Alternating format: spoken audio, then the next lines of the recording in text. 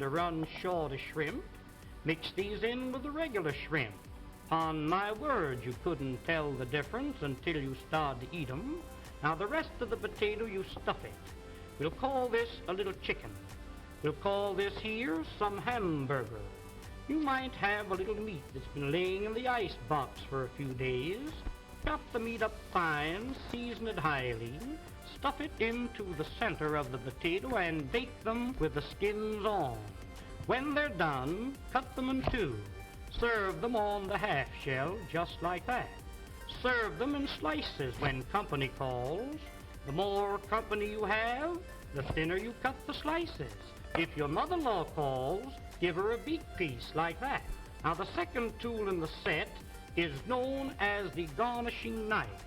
Everything you cut with this must come out fancy. Watch this, please. You cut down, you turn the potato, and then you cut through the edge. First one way and then the other. Sweet potatoes cut like this. Drop them into a little batter of pancake flour and fry them. When they're golden brown, sprinkle molasses on them. Serve them with strips of bacon for breakfast while they're delicious. Here's beets, you pickle them, and carrots, you steam or cream them. In making the original French fried potato, cut them in thick slices. Put them one on top of each other. Cross-cut the slices and you'll never eat a French fry any other way. The potatoes cut like this will not absorb the fat because they're garnished around. Pineapples cut for your pineapple and cheese salad, cut them the same way. Here is one, and this is a dandy.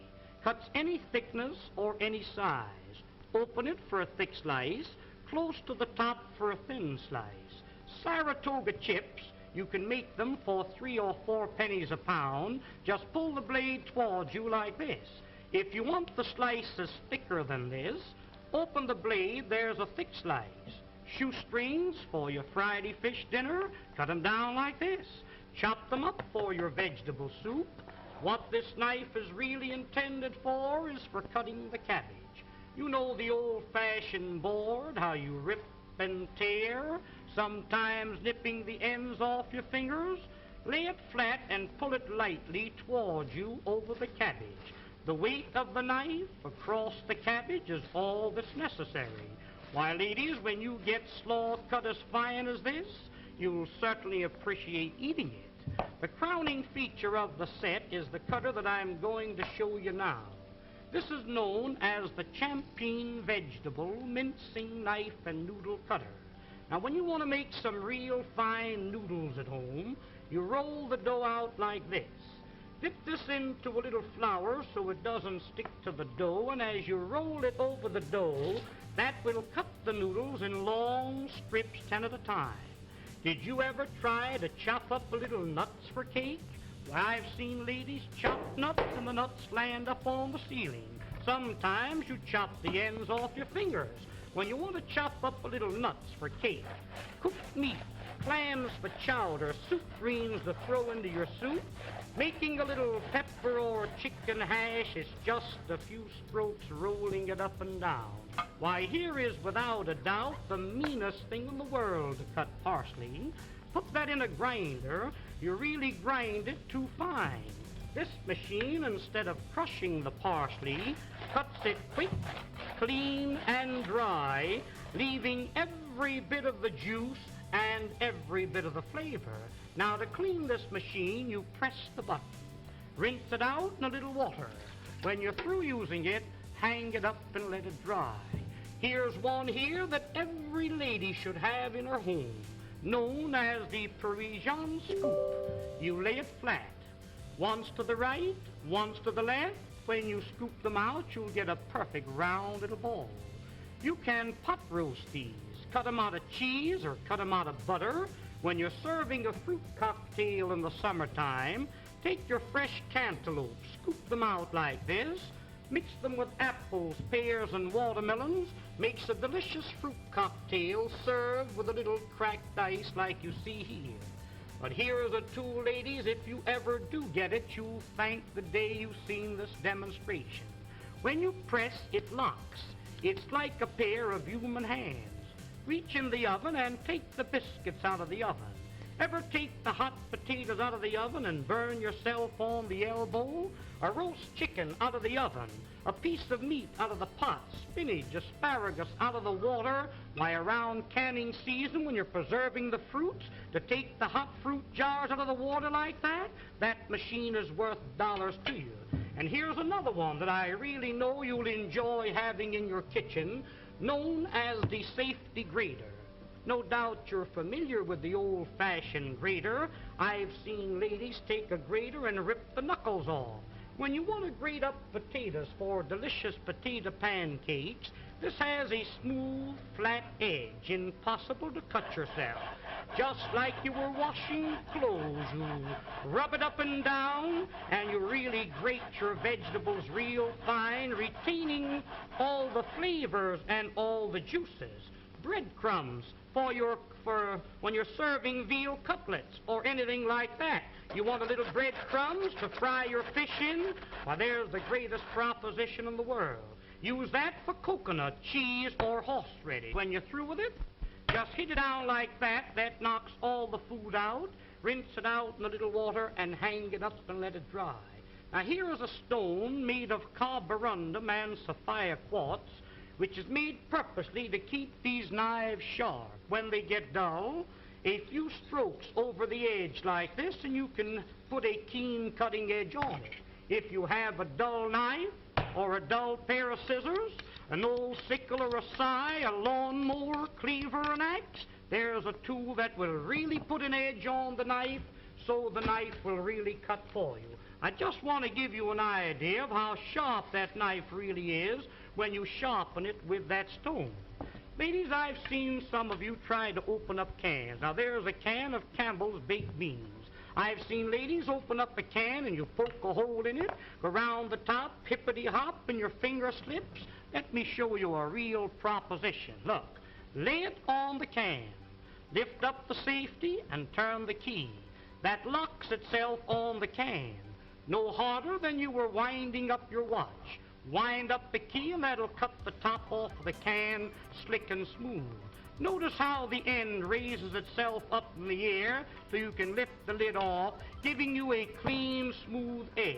Now that can be used for sardine cans, square cans, or round cans, exactly the same way. Now this tool here, my dear friends, needs no introduction. This will save you on an average of $20 to $30 every year you use it as a peeling knife. Here's a grater for cheese, coconut, or horseradish, a fish scaler for scaling your fish, and when you're coring your apple, it's just a slight twist of the wrist, and there's the apple core. There's one more tool that I want you to see, and I want you to watch this one very closely. Many a times when you're baking a pie, you have a pudding in the oven. I've seen ladies wrap a towel around your hand, and many a times you burn your fingers. Hook this onto the pot like this and lift the hot pots off the top of the stove. You've got a pie pan in the oven? Catch a hold of the pie pan like this. Why, you couldn't get it off with a team of horses. This will positively lift 100 pounds. There's a pail of water weighs 50 or 60 pounds. That's the way you pick it up.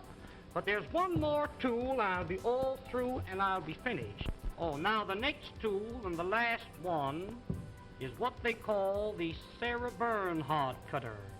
This was invented by the head chef of the Imperial Hotel in the city of Berlin, Germany.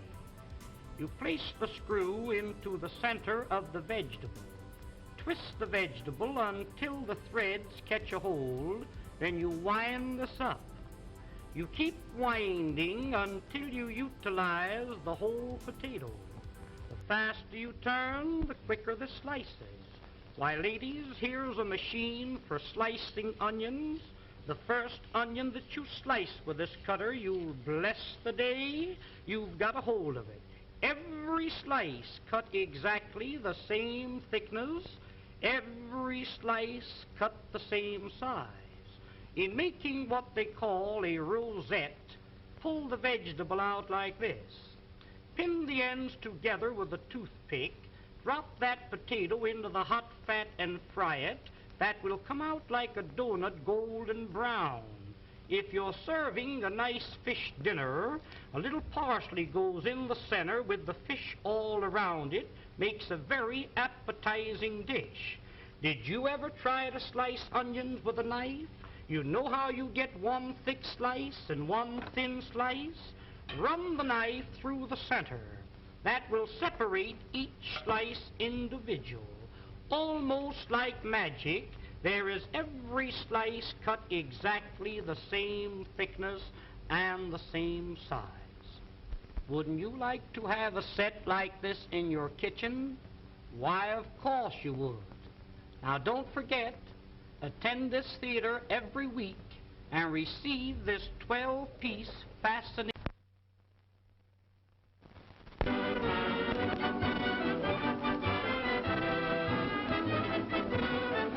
Ladies and gentlemen, the management of this theater takes great pleasure in making this announcement.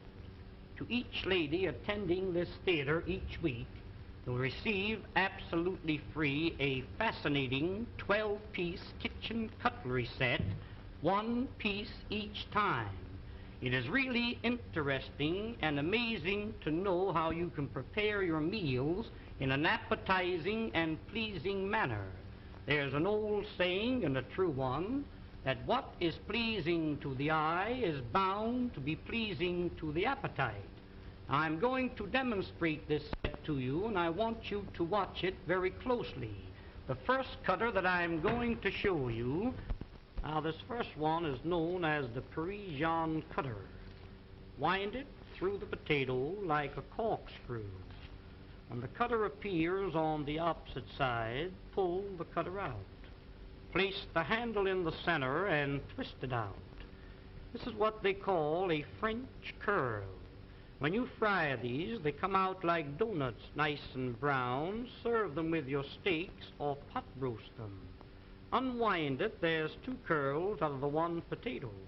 Tomorrow morning for breakfast, wind a little strip of bacon around the potato and serve them with bacon and eggs. They're delicious. Different colored vegetables, wind them together and you get the two colors. Here's a little trick cut. Split the curl halfway through the center. If you're making a shrimp salad and you happen to run short of shrimp, mix these in with the regular shrimp.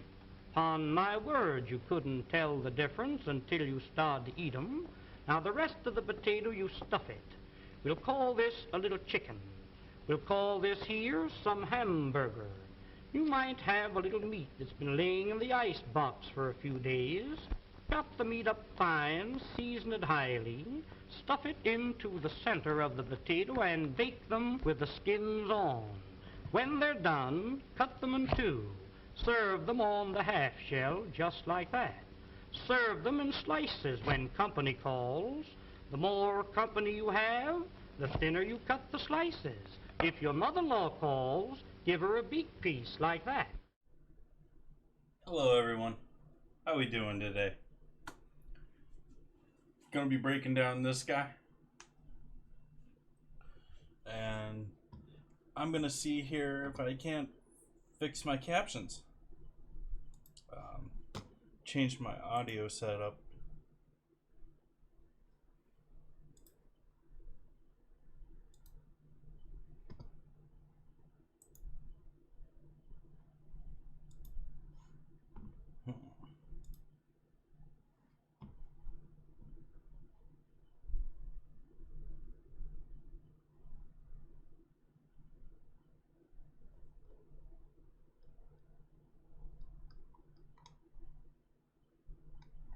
Anyways, we're gonna live without it tonight.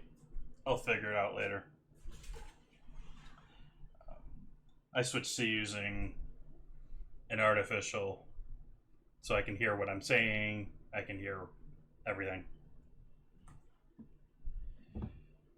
Slightly delayed or whatever. Well, we have the second ham left over from Pig Butchery. And so, need to break him down. Make sure we get the right knives here.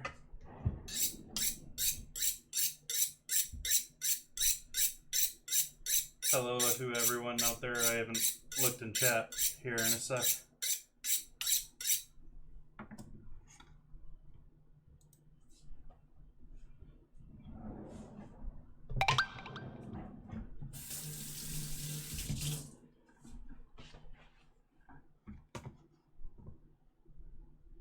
IPA.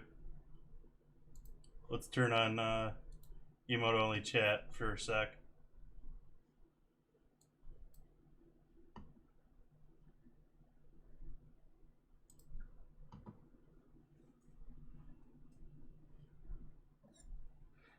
I am doing quite lovely. Got a fun little project here tonight. I have not been evacuated out of my home, like a fair amount in my county. Not nearly as bad as the last couple of years, but it's early. Way early.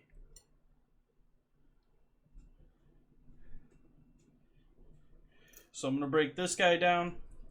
I'm going to make... It's giving you 2 of them now.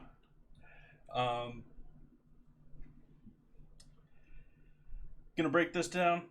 Gonna do some biscuits. Gonna do some eggs. Do a little cut pork, but off the ham. Gonna be slicing what we can for making more jerky, and what's left over is going to get slowly cooked into roulettes, so they can be preserved.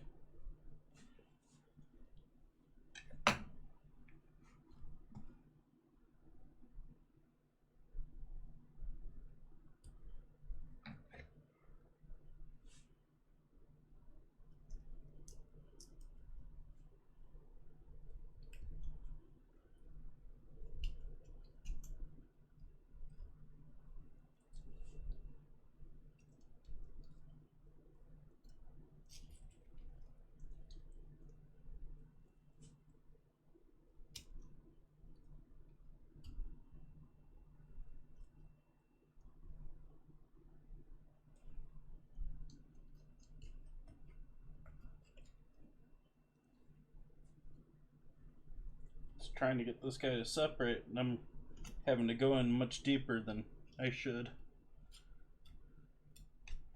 There we go. Get that nice little handhold there.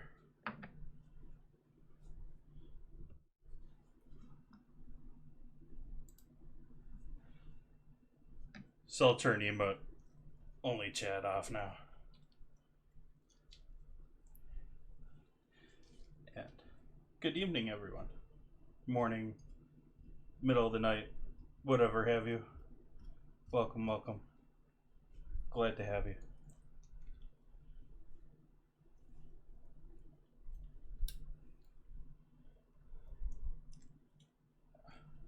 So it looks like I already cut half of this bone away. Yeah. So we just need to cut you out this half. This bone normally wraps around this side. Just barely covers the ball here, but I ended up sawing through the top of the bone on this side. And that's gonna give us, well, it makes it so you can't use this for a prosciutto. Couple of things. You don't want to do that if you're a proper butcher, but that is not me. I'm just doing stuff for me at home. I'd love to do a prosciutto sometime, but it would take so much work and dedicated equipment. It just isn't realistic, I don't think, for me. At least a ham prosciutto.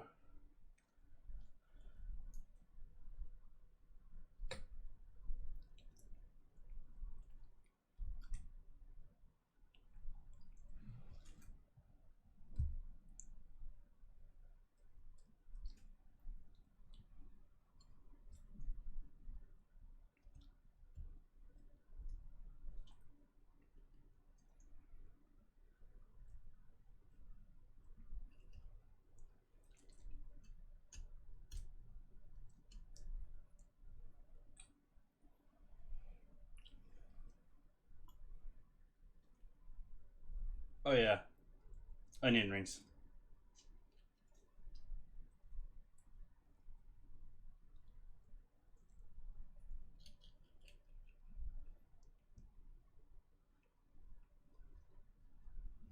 That's later, along with the biscuits and everything else.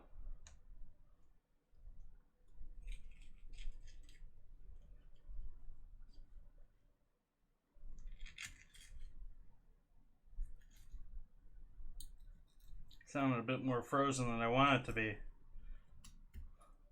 If you watch my Twitter, you'll see that I pulled this out and used it for air conditioning already. And it's still frozen.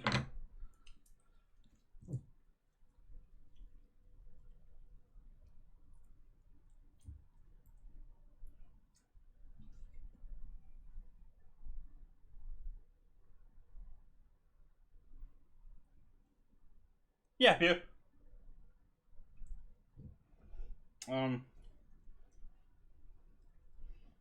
I've used my Prime sub on him before after he won the first, or he didn't win it, but podiumed.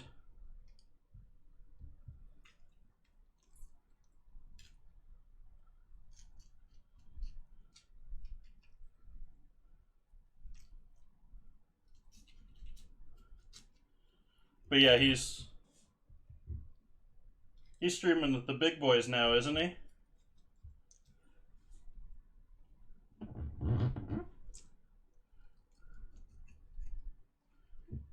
Pretty sure he was playing with Tim the other day.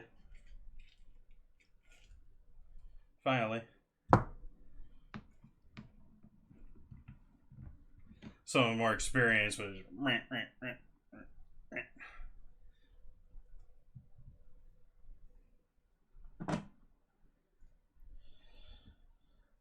Okay, so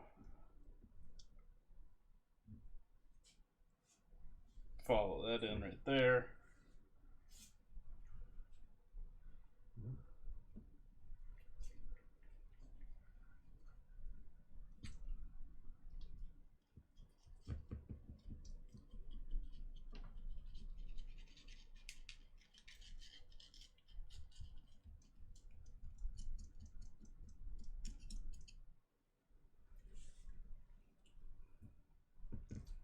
No, it's cool.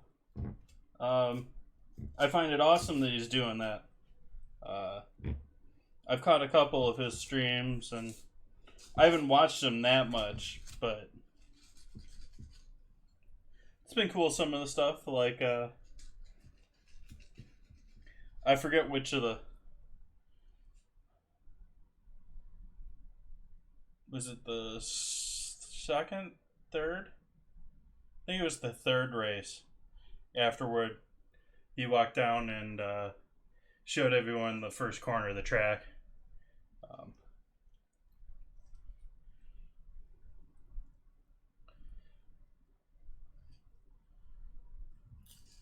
I'm not being very precise about this. I'm not trying to keep a perfect top round here like I did last time. I'm just cutting away the bone.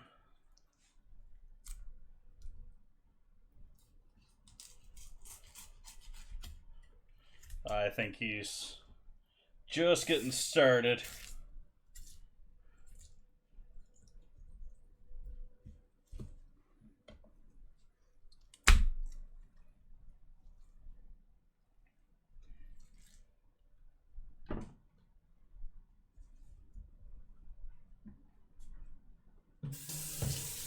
Thank you for, I believe, the host. Let me check. Oh, for the bits.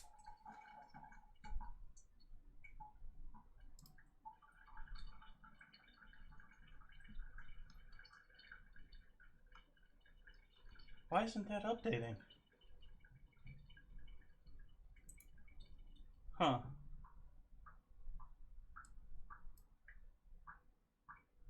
That's so weird.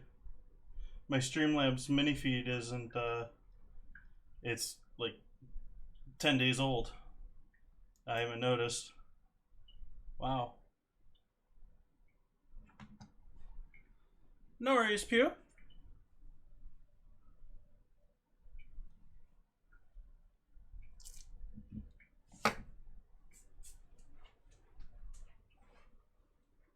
Need my hacksaw.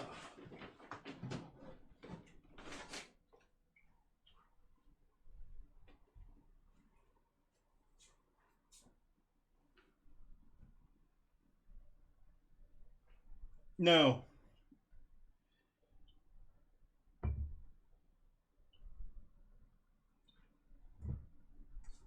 I apologize. I missed it. Let me see.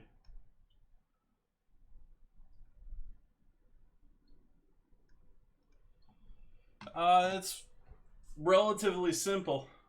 The one I'm going to be doing is either probably from the New York Times or Martha or one of them. I think it's basically a half cup of beer and a cup of flour.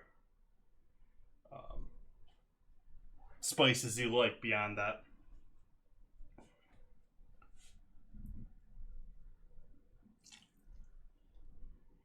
Saw off my hawk here.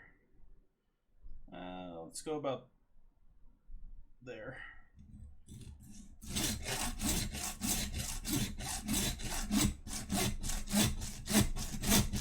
Yeah, you gotta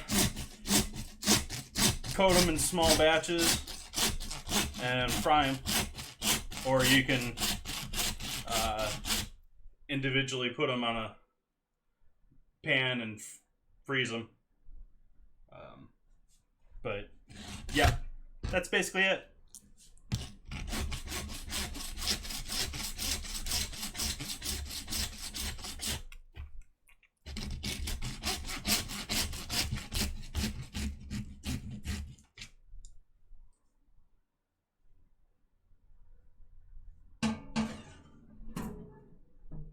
Don't want to contaminate my nice board with the saw there.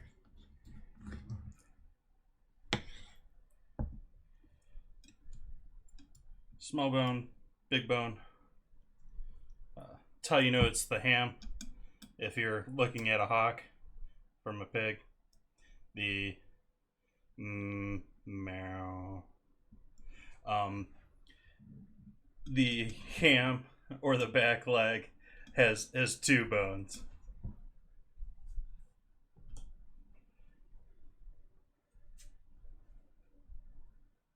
Yep. You batter them and you fry them individually for the most part. Restaurants, I haven't used them, but I've seen them. They have like conveyor belt system so that you can just do mass amounts.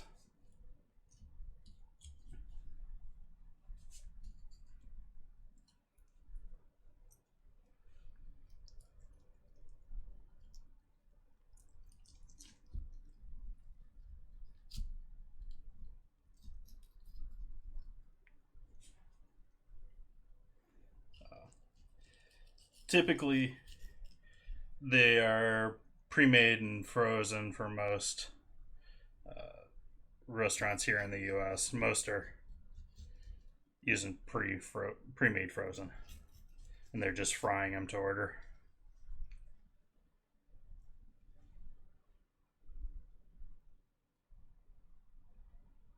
Oh yeah, it's pork.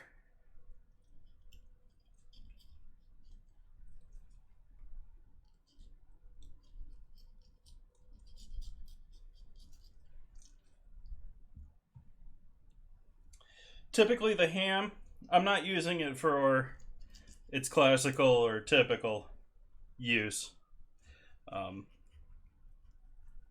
Typically the bone is cut out and it's smoked, cured, and sold for people to roast at home.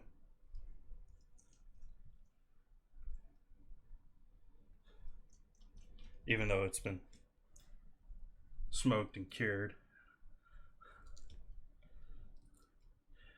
Glass, how we doing tonight? I haven't looked outside today. It's definitely closer.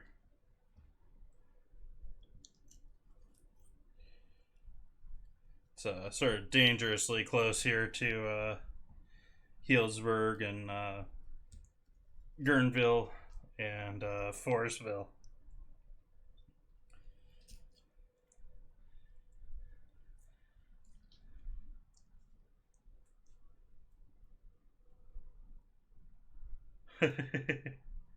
Not snow. Ash.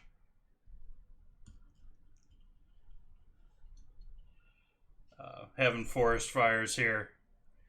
I have got a fire. Probably, well, I won't say where, but in this county. And close enough that I'm concerned about it, but not really worried about it at the same time. I think it's really headed in a completely different direction. But there is a possibility that could get evacuated.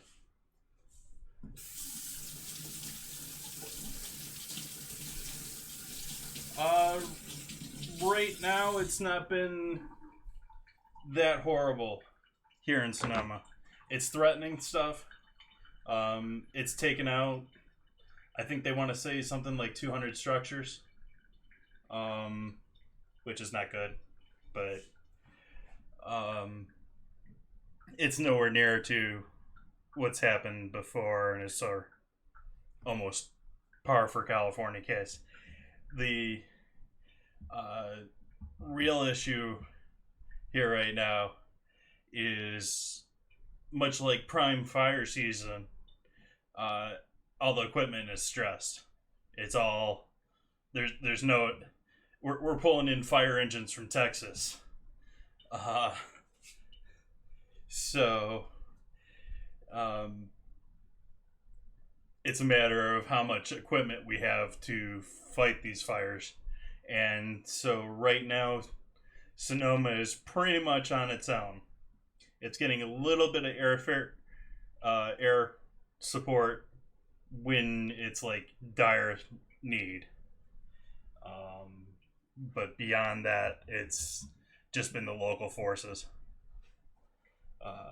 So that's the problem this time. And it's way too early in the year for this to be happening. This all from lightning and thunderstorm, which is unusual for us. Not impossible, but unusual.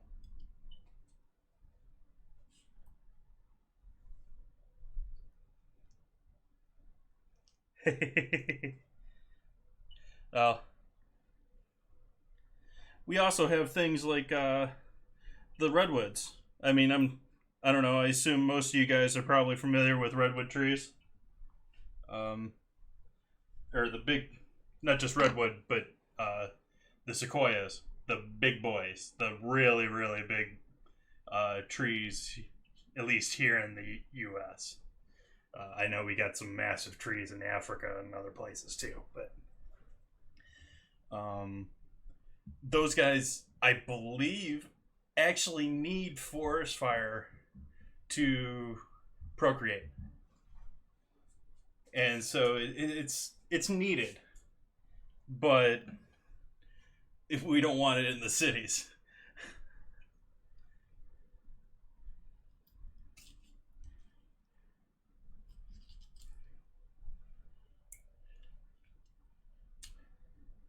It's just part of nature in this part of the world.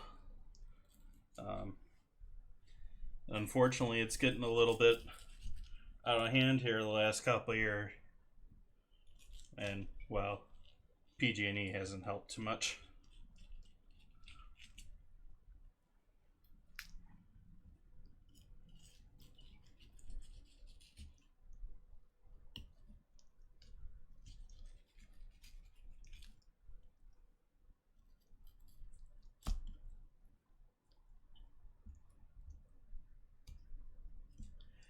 But yeah, I used to live in San Pedro, California, long time ago, and there's a abandoned neighborhood there.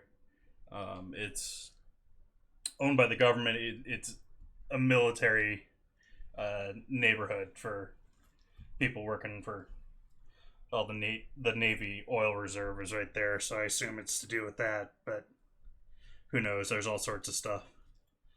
Um, but it was abandoned. If you watched MythBusters back in the day, they used the neighborhood several times.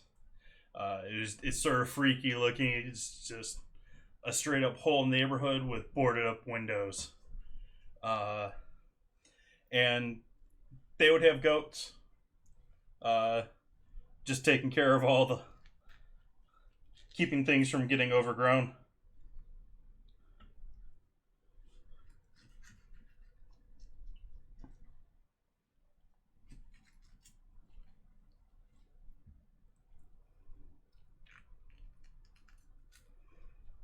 But they do that. They advertise that around here and stuff like that for like Craigslist. You know, free land for your animals.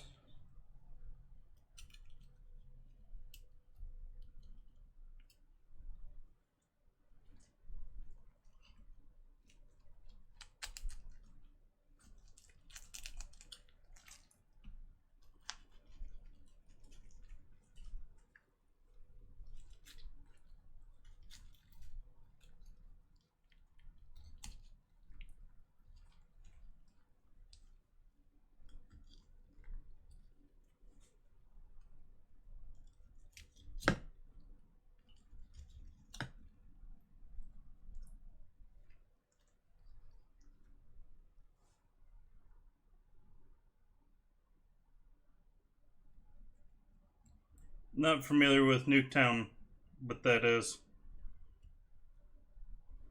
If it's the fake town they set up in the Nevada testing grounds now. Though it looks sort of the same.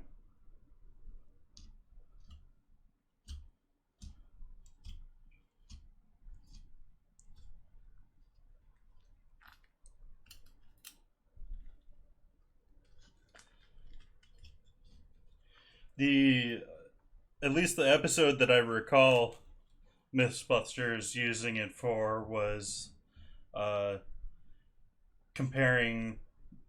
I think they were using it comparing cars and motorcycles for emissions. And we got a battle here.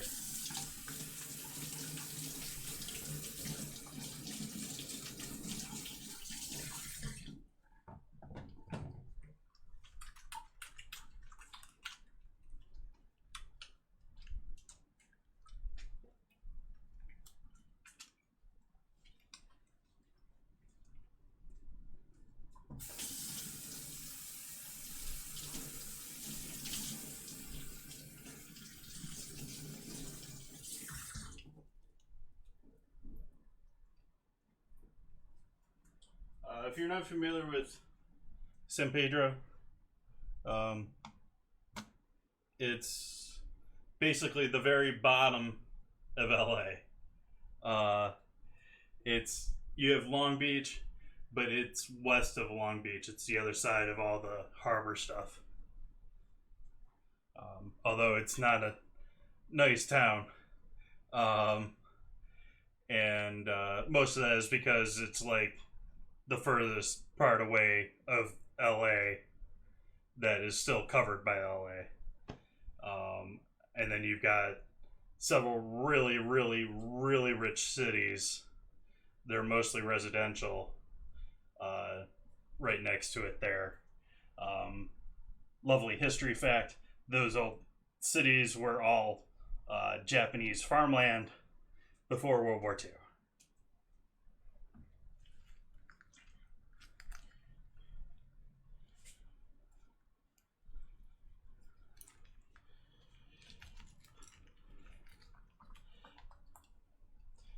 but it's just this giant. There's a lot of oil stuff in that part of. I mean, it's a harbor, so.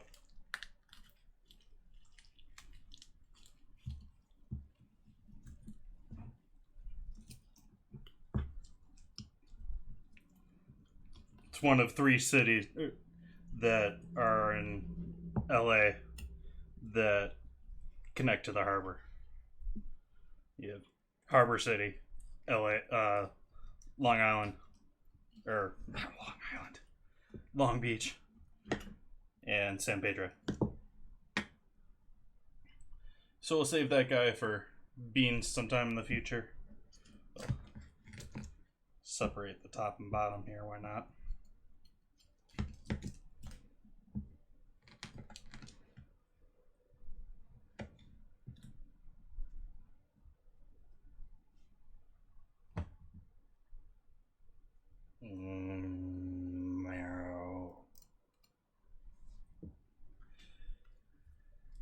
Still got our kneecap in there.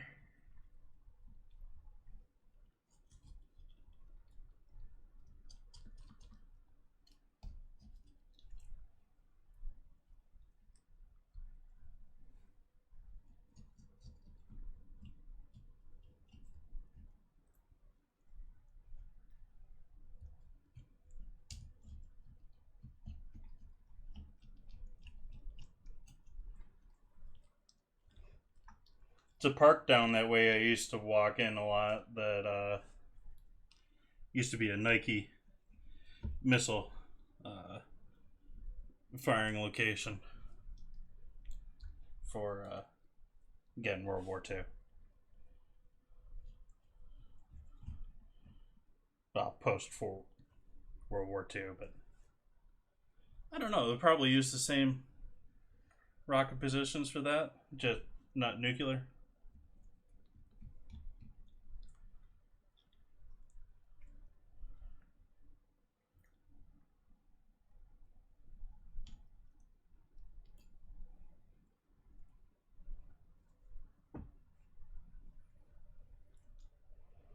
Okay, where is our? We have both of our bones out here.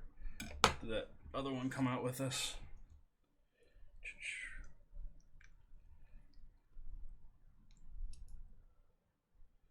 Oh, we'll find it otherwise.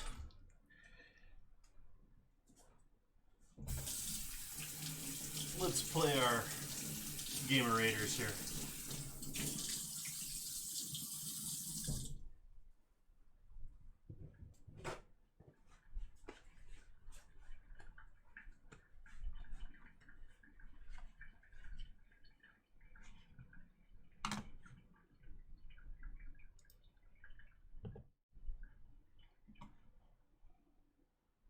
Just me.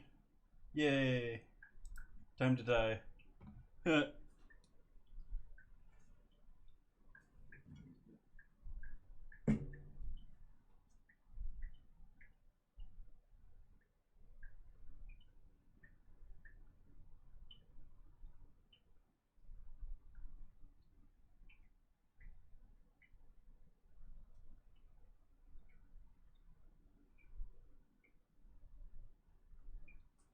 Set you aside for a little bit later.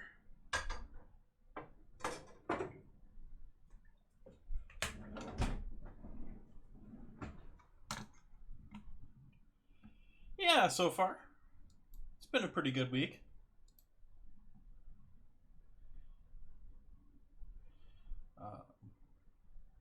Let's try that one again.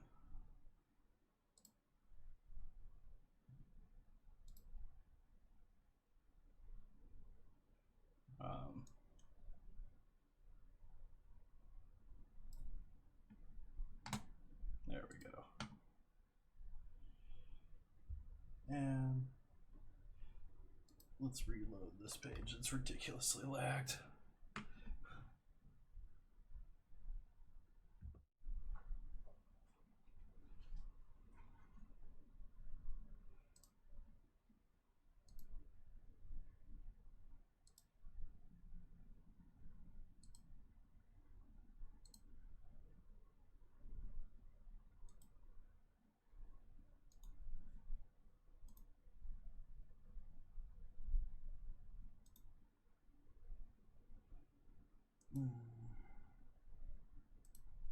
No, I need that open.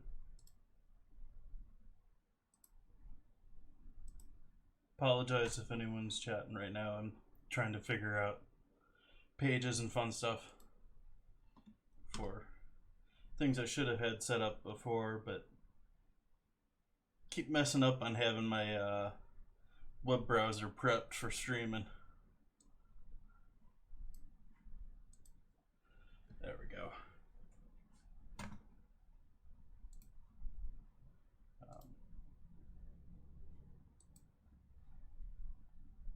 Why is it taking so long? Okay, there we go. And so we're just gonna break this down into large muscles as much as possible.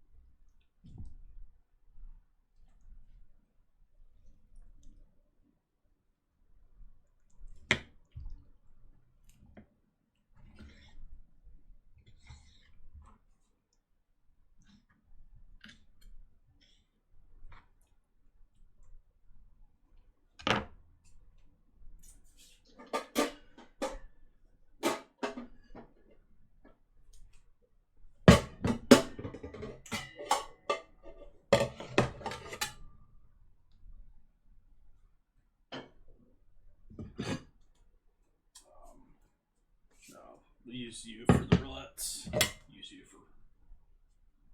Use you for frying.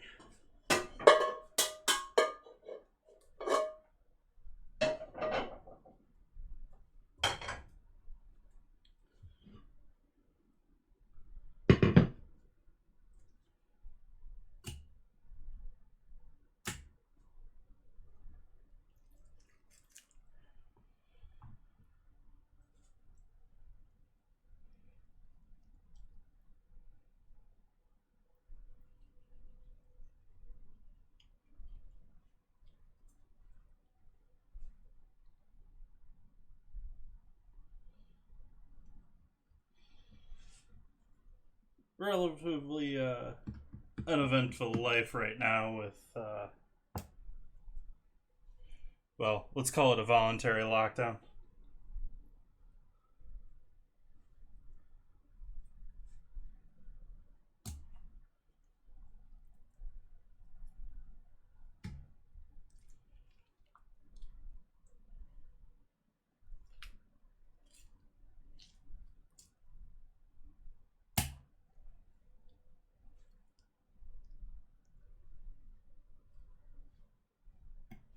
Doing pretty good. Yourself, car guy?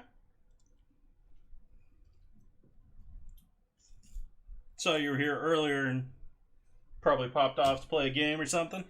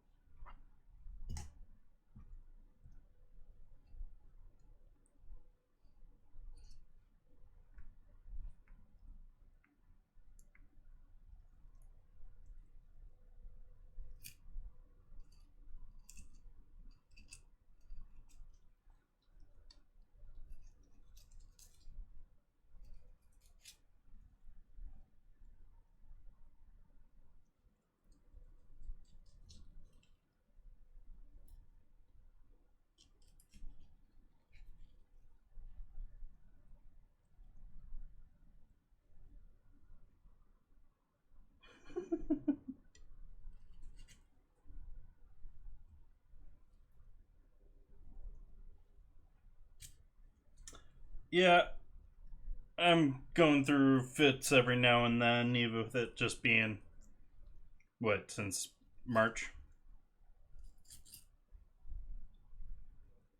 Don't want to go all the way down into all that muscle.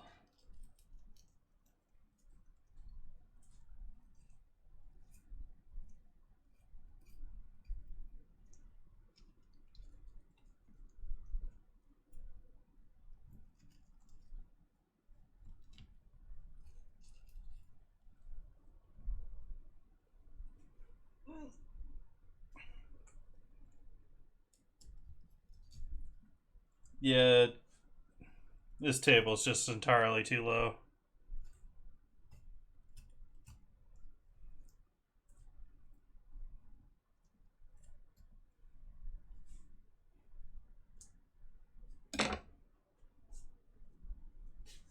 Hmm.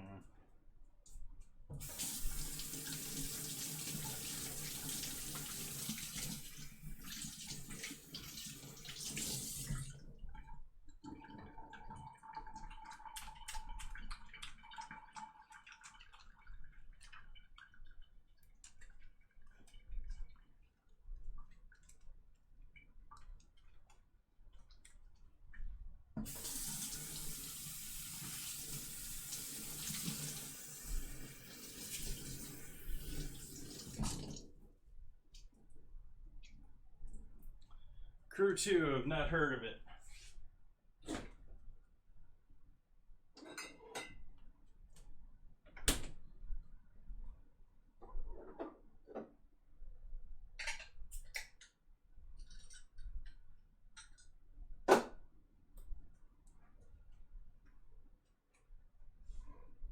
Good stuff. Not the best. Good stuff.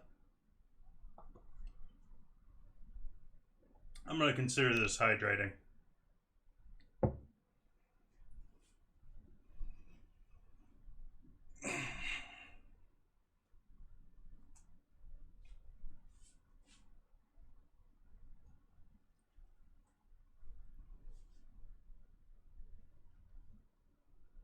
I am going to need some of this good fat here for roulettes, but most of it is, I don't know. I still have way too much lard than I need.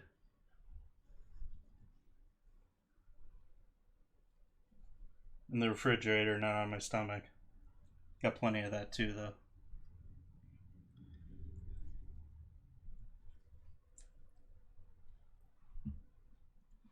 Nice car guy.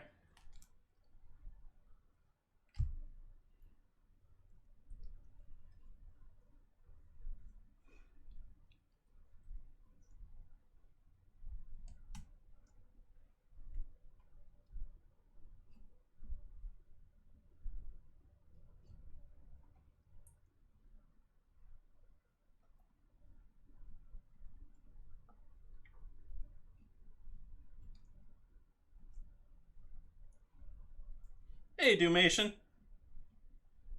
Welcome.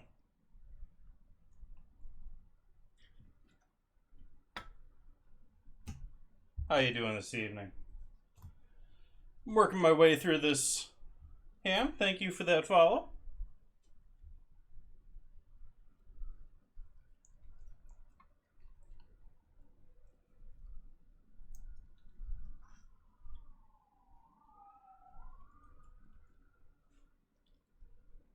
More fire trucks on the way to the wildfires. Probably.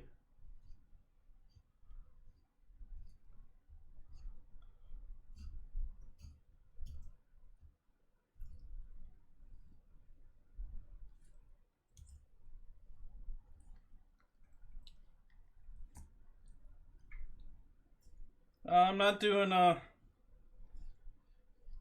like proper breakdown of these are the proper muscles here of our ham, but you at least get to see the real thing. I am cutting and making jerky and roulettes, which is sort of like a potted meat, more of like a homemaker potted meat. That'll be some good fat for rendering. And the whole thing with roulettes is you can store them with a cap of fat on them, and they'll stay for 2+ months. Great for preserving meat if you want to keep it for a little while. We'll see how much fat and all I want to add there, but and then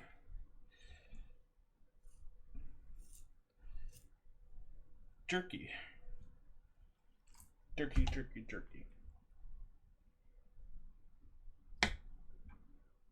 Let's get rid of all this fat first. On most of it. We want lean meat for our jerky.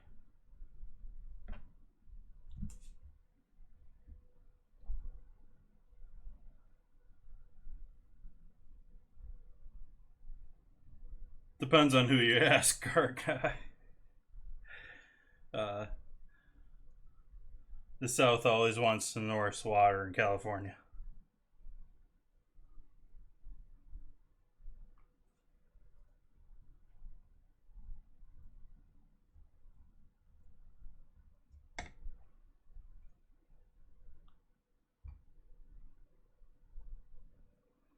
But considering that LA and San Diego are essentially deserts, I think they should have to pay to salinate their own. But that's me.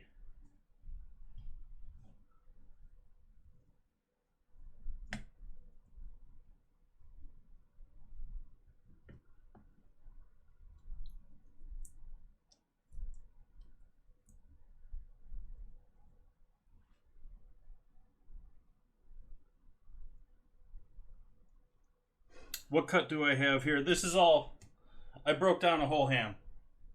And so these are just individual pieces of the ham. None of them are really specific pieces other than this is a poorly cut top round. Which pigs, they typically don't, you'll occasionally find it sold, but it's typically a cut that's more sold with beef. But it's the inside of the back leg.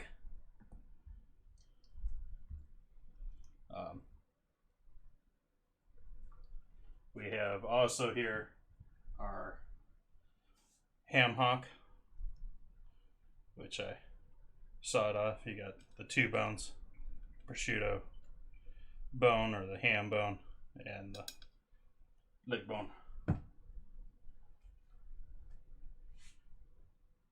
Thank you for that follow, Mystic Truffle. Welcome. For anyone new here, hello, I'm Jason. Former Mixer streamer. I've been streaming for about a year now, and I basically cook on stream. Do dinner 3 nights a week, Wednesdays, Fridays, and Sundays.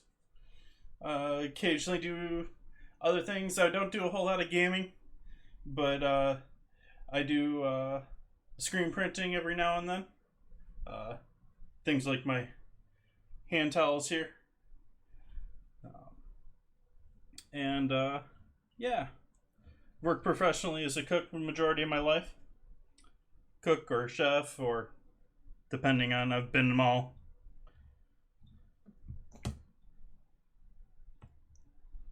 Starting to cut some of my jerky slices here.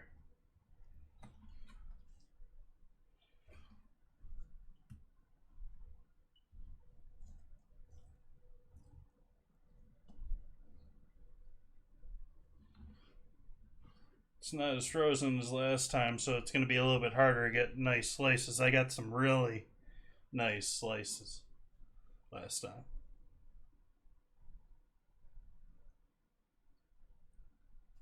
Cooking a chef is it's a position. A chef is in charge of someone in a kitchen. It's a management cook. It's gotten a lot more importance in modern times, but old school large kitchens, half the staff would be chefs.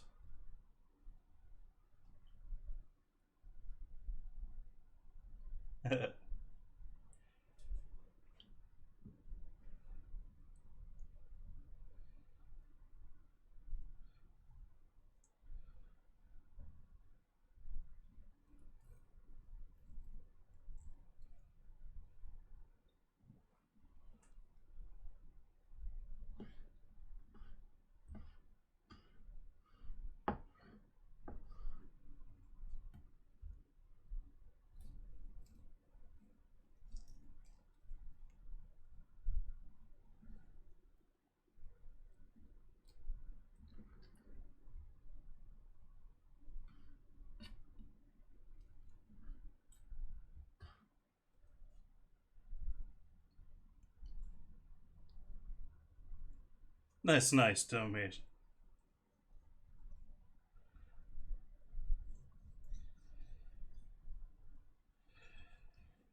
What I primarily do here is I try and cook from basic ingredients. I try to reduce the number of hands that touch the food that I eat. So I try and buy from the farmer, and I bought this directly from the rancher. It was slaughtered on the ranch. I had to legally be sent to a butcher, but if you're following my stream, this is one ham off of a whole hog, minus the head and offal, so not the intestines and all that good stuff. But the rest of that is all in the freezer between you and me, or has been consumed on stream here in the last. Well, I got it in early June, so. And so this ham I got in early June. It was part of the breakdown of the whole hog. If you subscribe to my Patreon, I still have that stream saved there. And so it's been frozen here for about 2-3 months.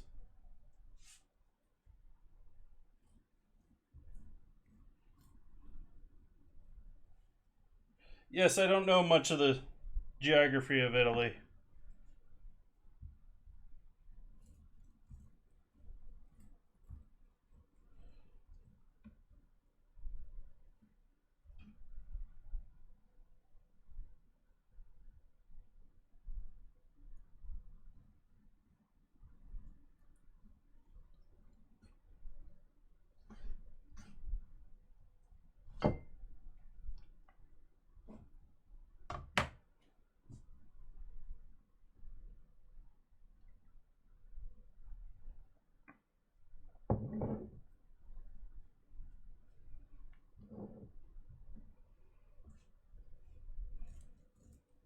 Got my normal, slightly higher cutting board that I use primarily for cooked foods and veggies behind me here. So this is about 2 inches lower than I'm used to cutting to.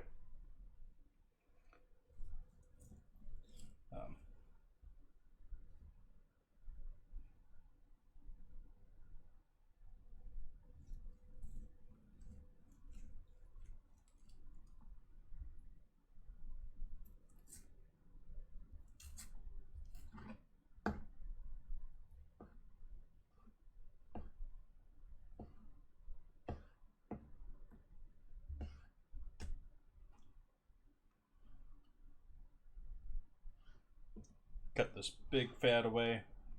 It's generally pretty horrible with at least my experience. You don't want fat in your jerky, at least large chunks like this. So we'll break that into 2 pieces here. This is all going to get marinated at least overnight, maybe until Sunday, and then thrown into my dehydrator.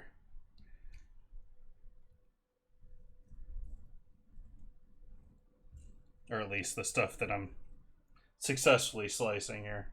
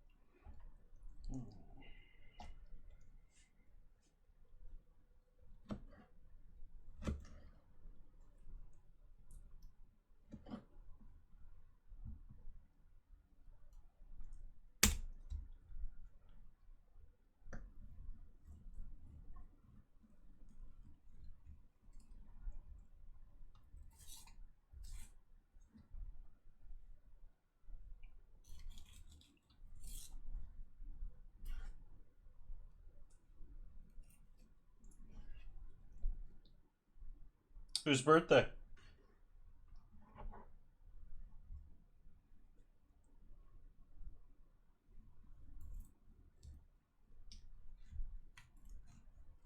Car guy is in a helicopter.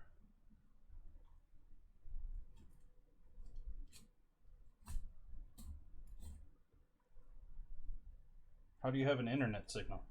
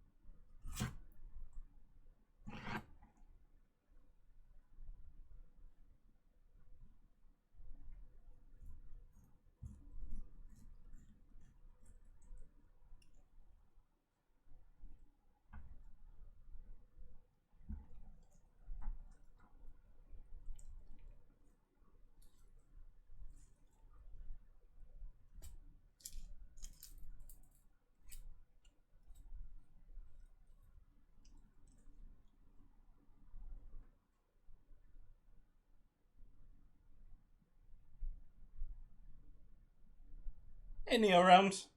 Welcome back.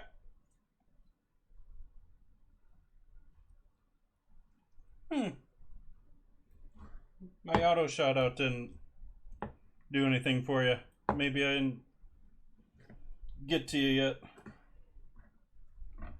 But if you guys aren't following Neo Realms or Glass or who else do we got in here? Pew was in here earlier.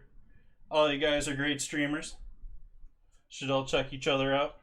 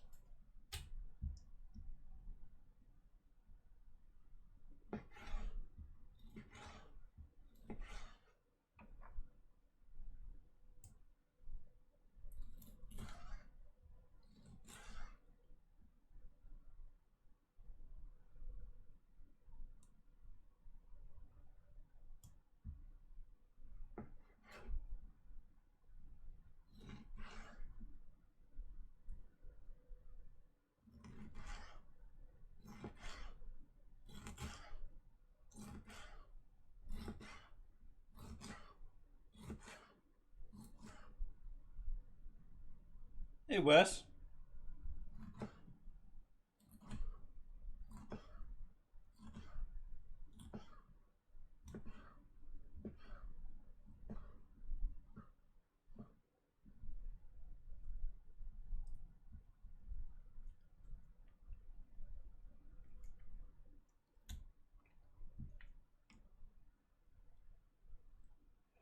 So many different muscles going in so many different directions here.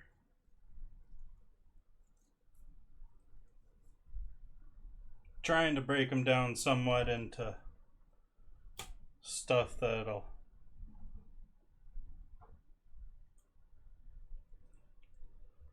slice for jerky.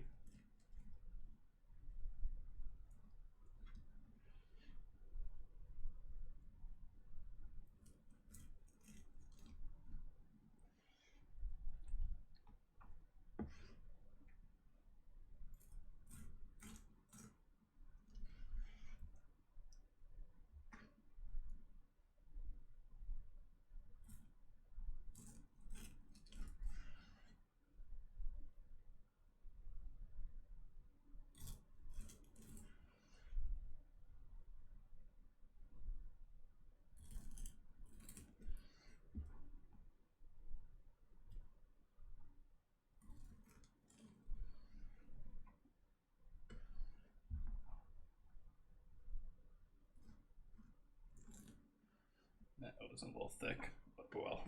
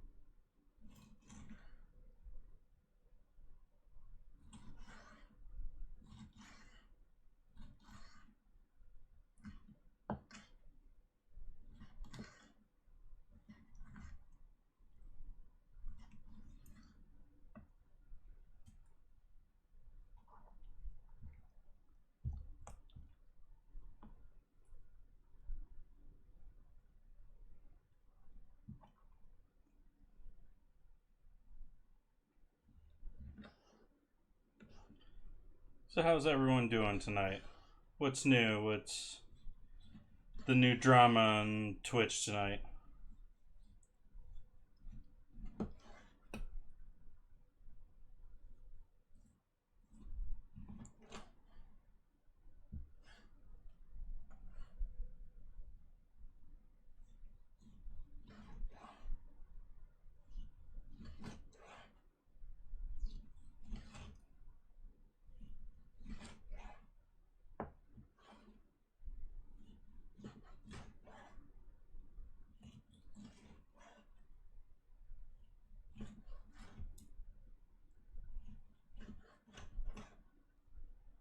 Yay, battle time.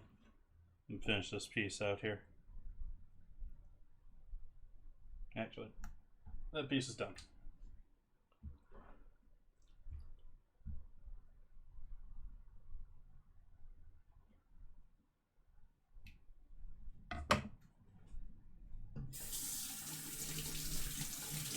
Thank you, Doomation.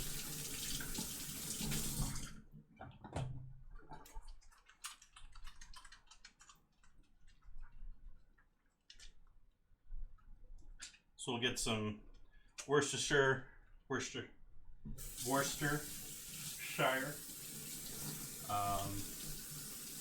soy sauce. What else do you guys think?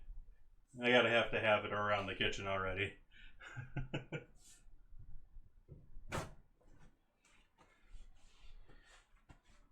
Stream Matters battle time.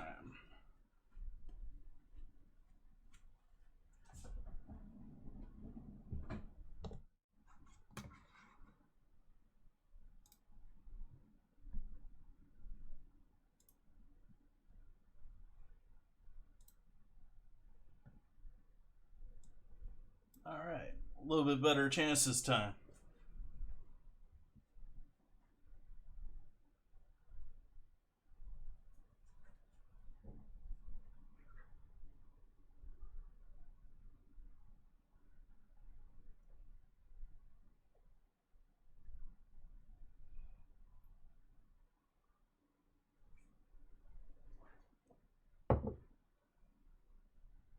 Ooh, not quite. Oof.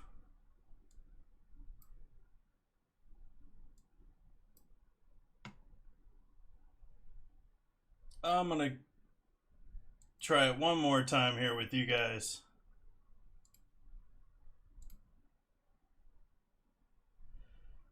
I got one last chance to try it here with you guys.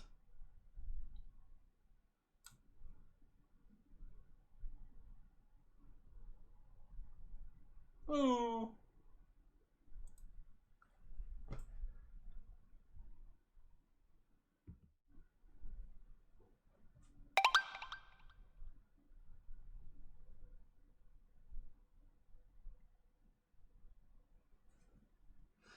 Hello, everyone. Welcome. How you doing tonight, Hookem? What have you been up to tonight? What have we been making?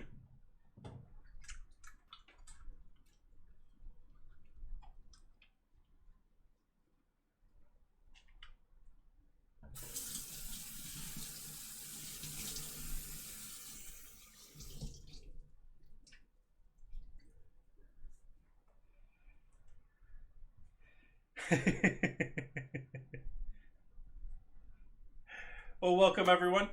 If no one familiar with me, I'm Jason. I cook here 3 nights a week on Twitch. I'm a former mixer streamer. I've been streaming about a year now. Tonight I am working on breaking down a whole ham leg. And I'm sort of slowly slicing through it right now to make pieces for jerky. And besides that, I've already cut off the hock. Thank you for the follow.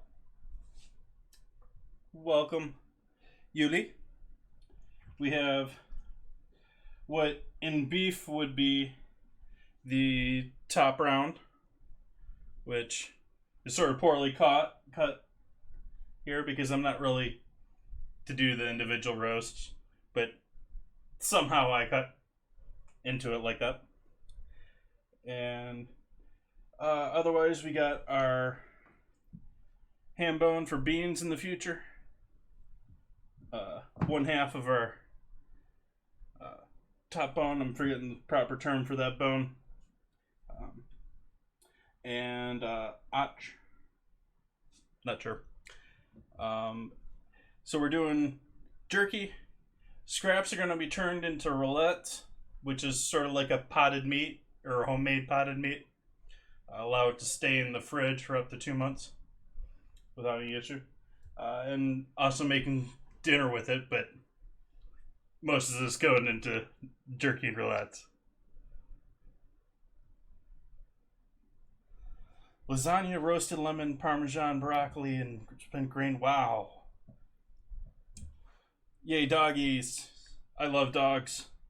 I am unfortunately allergic to dogs and cats, but I do enjoy them. My neighbors all have dogs here. It's too fatty.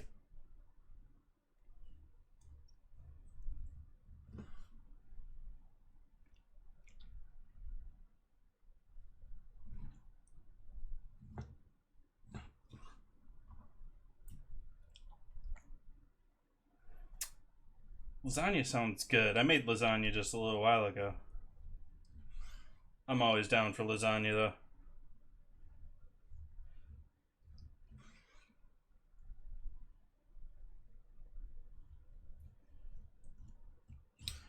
Broccoli sounds good too. I need to go and I'm gonna hit up that farmer's market on Sunday. I did it on Wednesday, that's why I have these lovely flowers. but I need to do it Sunday too. Used to do it 3 days a week before.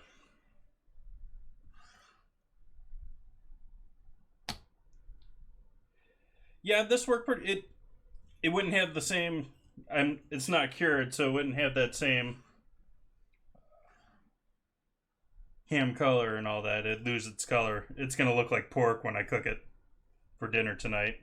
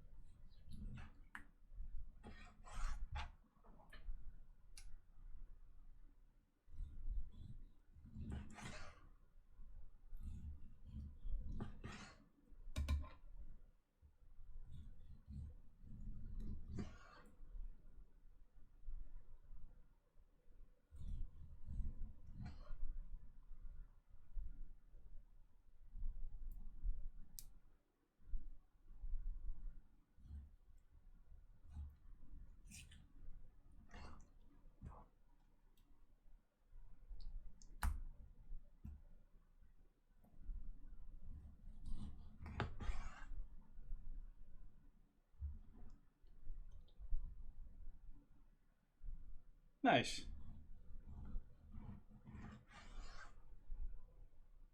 And like I said before, at risk of repeating myself too often here, I do save all my previous streams, and so this ham was part of a whole hog, minus head and offal, that I've broken down here on stream. Vast majority of it I have not eaten yet. It's all still frozen in my freezer here, between you and me and this camera here. This is the second of the two hams, and I've done a fair amount of. I've done one tenderloin and a fair amount to the other loin, but I've got a fair amount of other long bone chops and stuff like that, French chops and roasts, and I've got essentially the equivalent of 3 whole shoulders and other meat to use. So it was sort of a financial decision for me. I want to do local, responsibly well-cared meats, and you're not going to get a reasonable price on those buying it at the store. And so this way I'm getting meat that I know was raised 20 minutes from me. I know where the farm is. I know what land it lived on. And the only reason a butcher was involved was the law.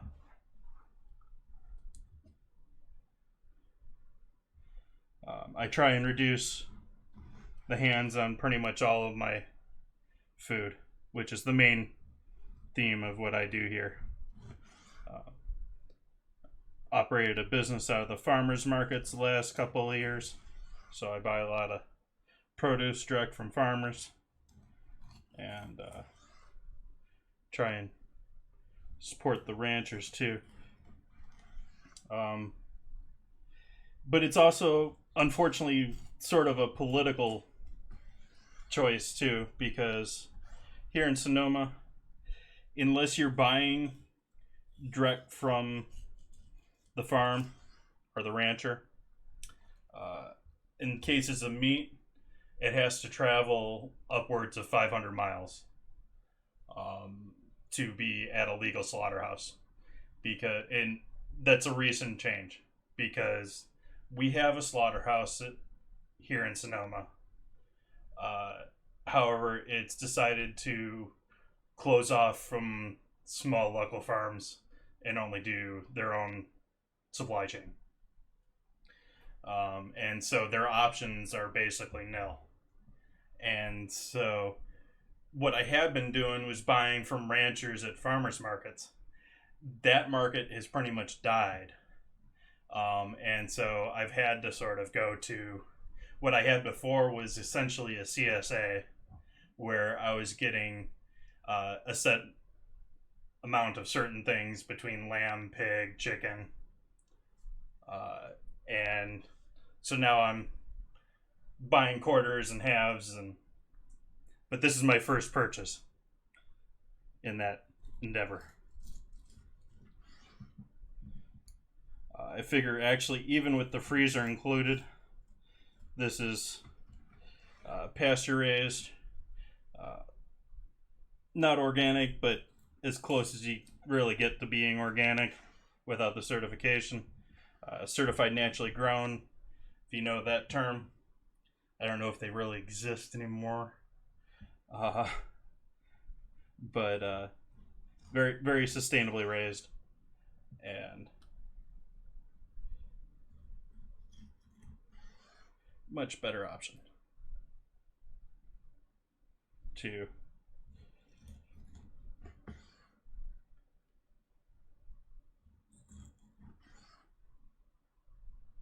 essentially assembly.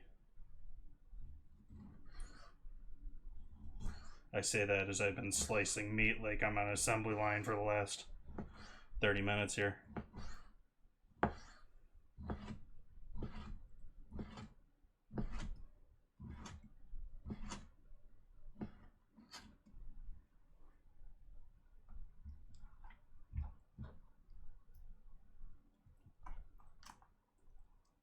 Okay, let's see. Let's start bagging this up.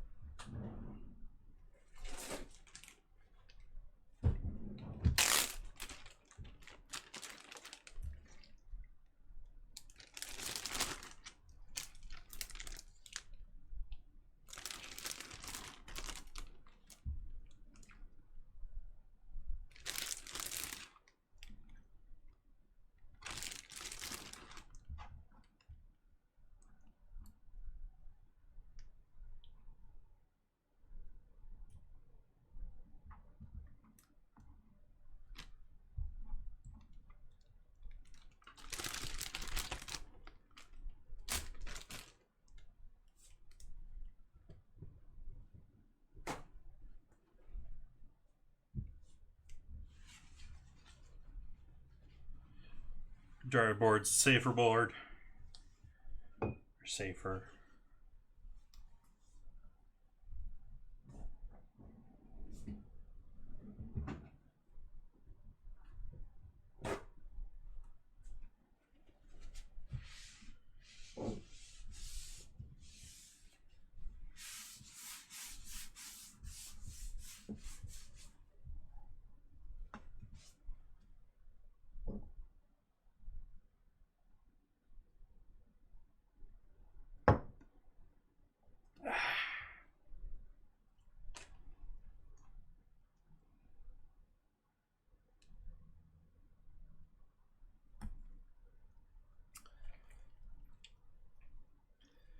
Let's start by getting rid of the outer fat and skin here.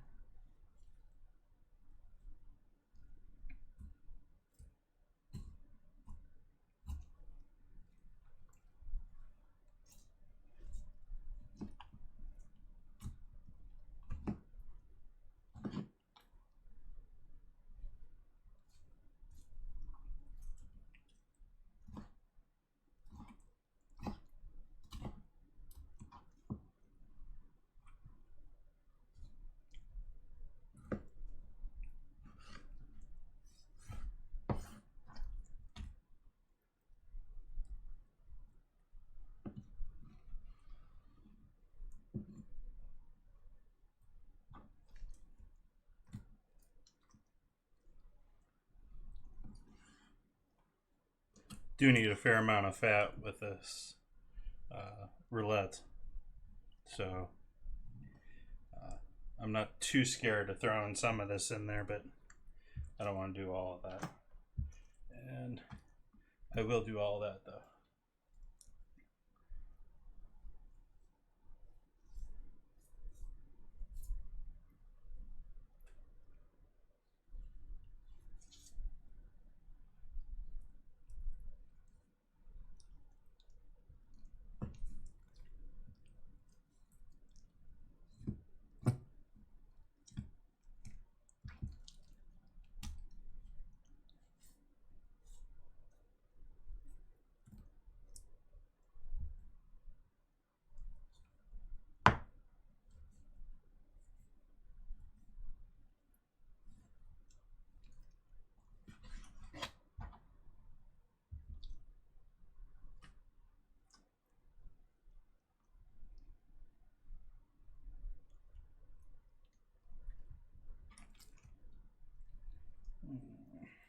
Still want to take all this too off.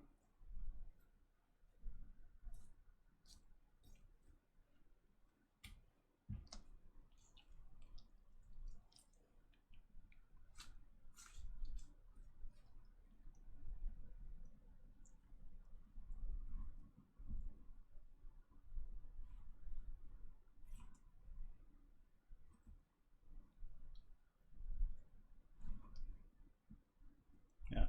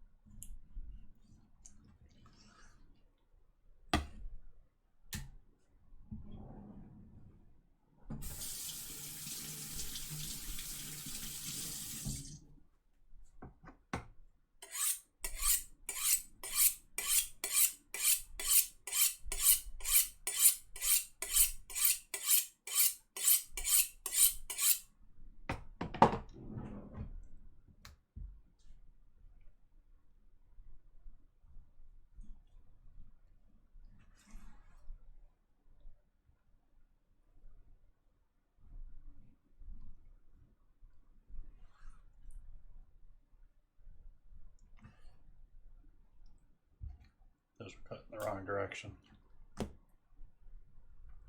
trying to even it up so that this stood flatter.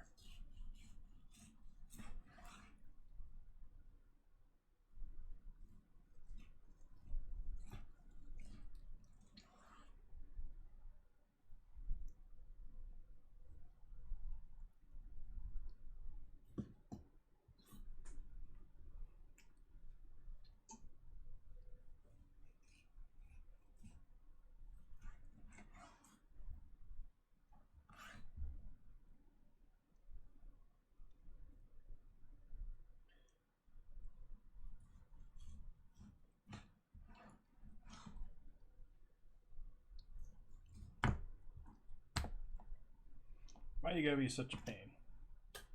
Get rid of you.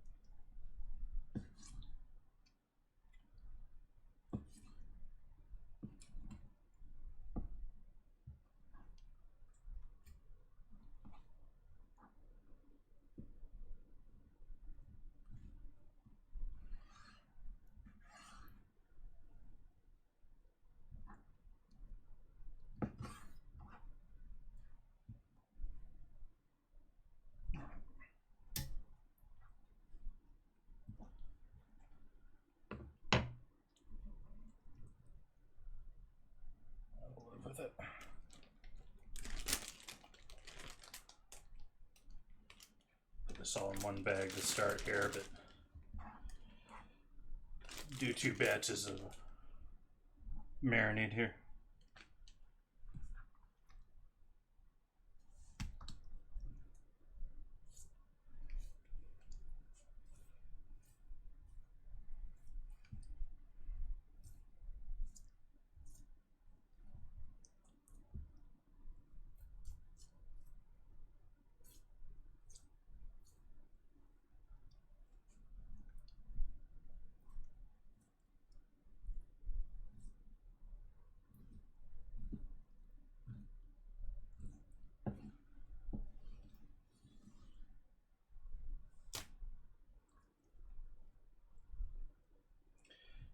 And I need a couple of slices of nice pork here for dinner tonight.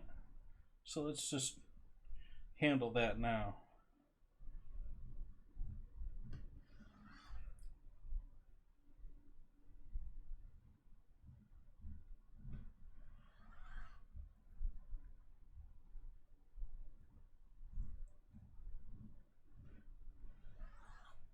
Gonna do biscuits a little bit later.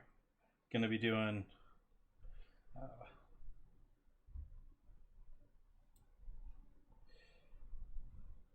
all sorts of stuff that I can't remember at the moment.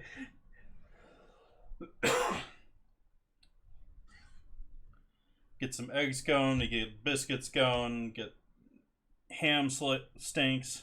Yeah. Steaks.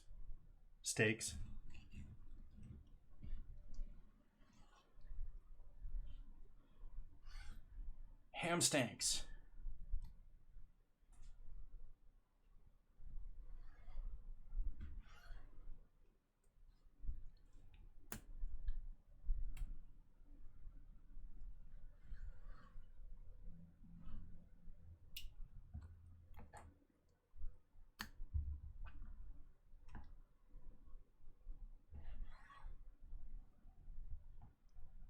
Get a pan just rocking hot, and we'll do one more.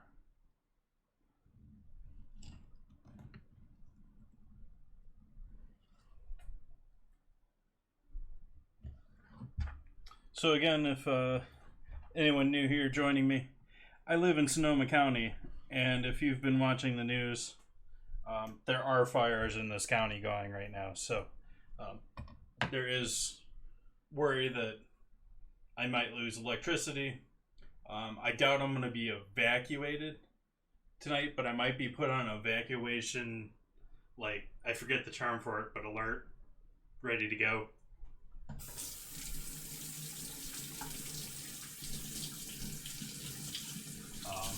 It's still a ways from here. I don't think it's going to come to my house, but it is affecting people in my county.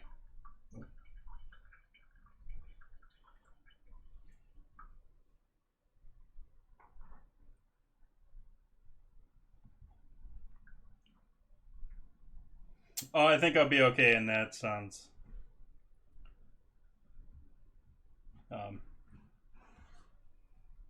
It'd have to go out for quite a while.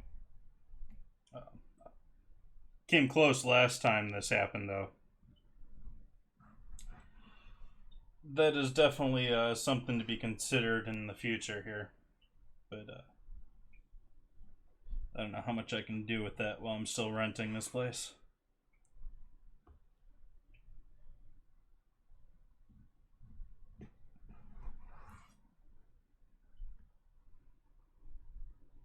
Getting harder to cut nice thin slices here. We're going a little bit thicker now, and I'm going to have to probably take a little bit longer to get these guys properly dehydrated.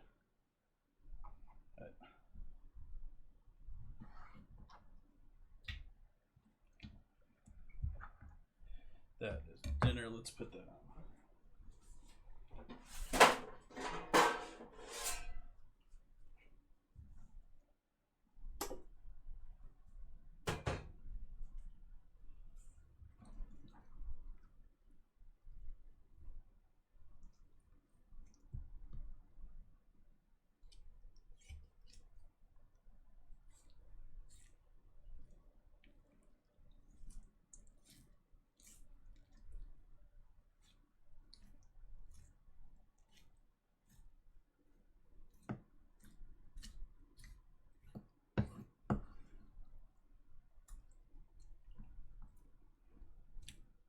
That looks like that would be a good and like flank steak piece of muscle there. Probably grill that and give it a nice slice. I'm gonna throw it in the roulette, and let's get rid of this silver skin. That looks like some beautiful meat, though.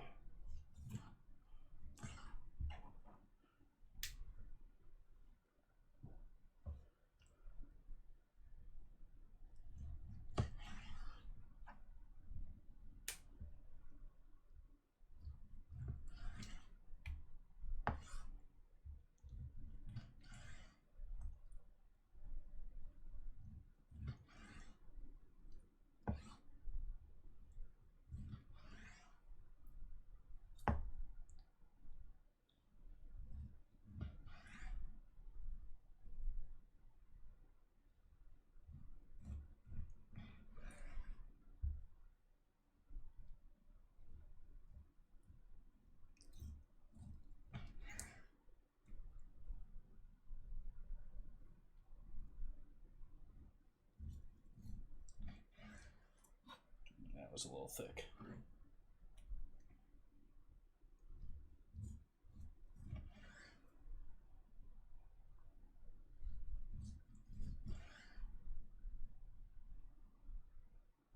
It's already 6 o'clock. Wow. I need to get this meat back in the refrigerator.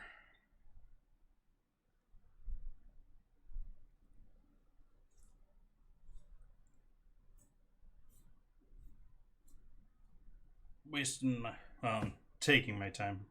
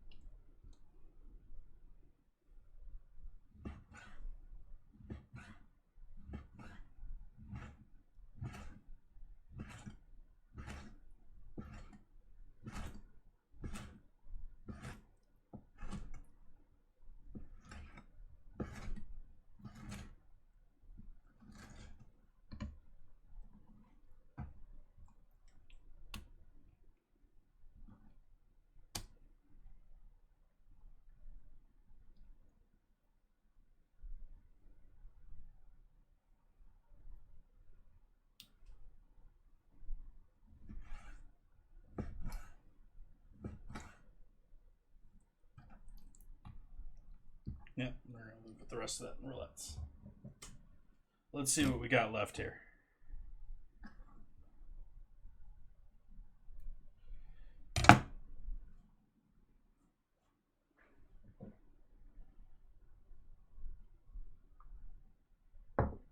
Last time I lost power, I think I lost power, like seriously lost power.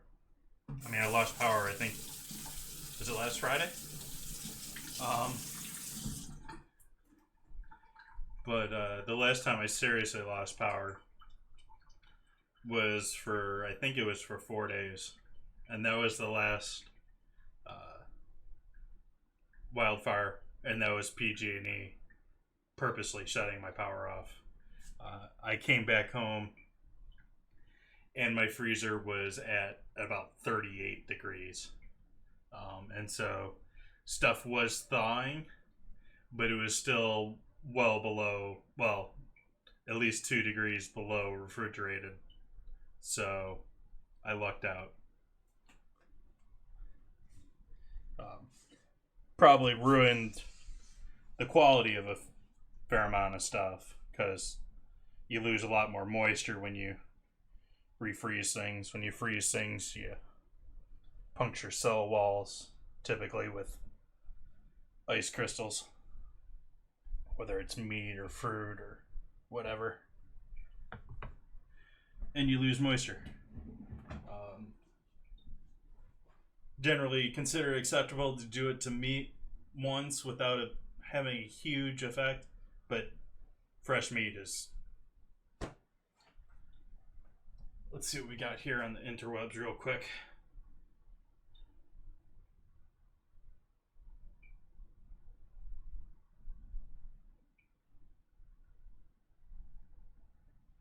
Wow, thank you all for the tweet likes and refollows. So we got a fair amount of meat here for making our roulets. We'll get that going on the stove here right away. And we're gonna need a little bit more fat with that.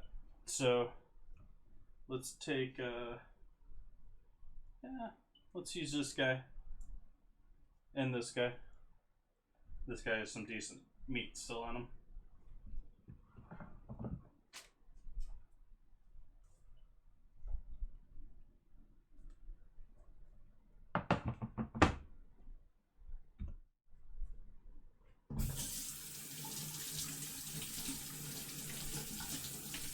Ooh, hurricanes, yeah. It's actually given us issues here with the wildfires. I was saying earlier that we're pulling fire tankers all the way from Texas to fight fires here in California. But according to Governor's speech this afternoon, he's been trying to get them from as far as the coast, the other coast. And he's having trouble getting them because they want to reserve them for potential hurricanes because we're coming into that time for that too.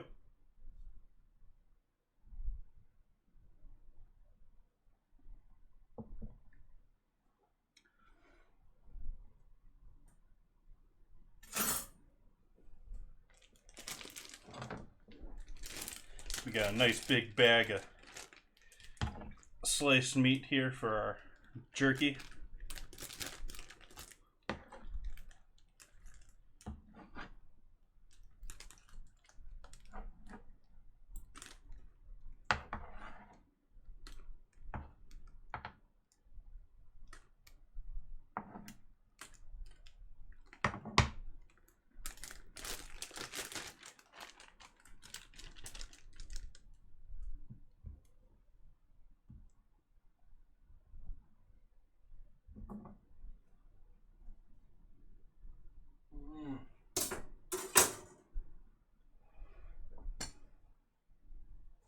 So the rest of that stuff on the sheet pan there is either going to get refrozen, which is the case with the bones and the hock, because I'm not doing beans immediately, and not making stock anytime immediately either. The fat, I've already got a gallon of fat, I think, from this pig as it is. So that's going to go bye-bye. I just put that back on here.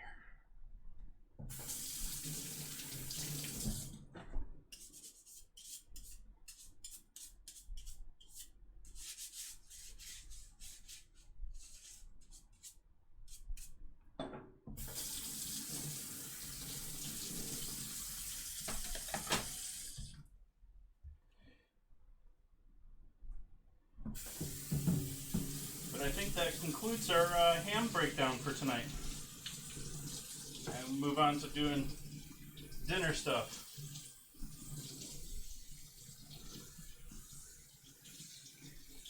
So I'm sort of thinking biscuits, eggs, ham, sort of a breakfast sandwich possibility here. I think I have some arugula in the house.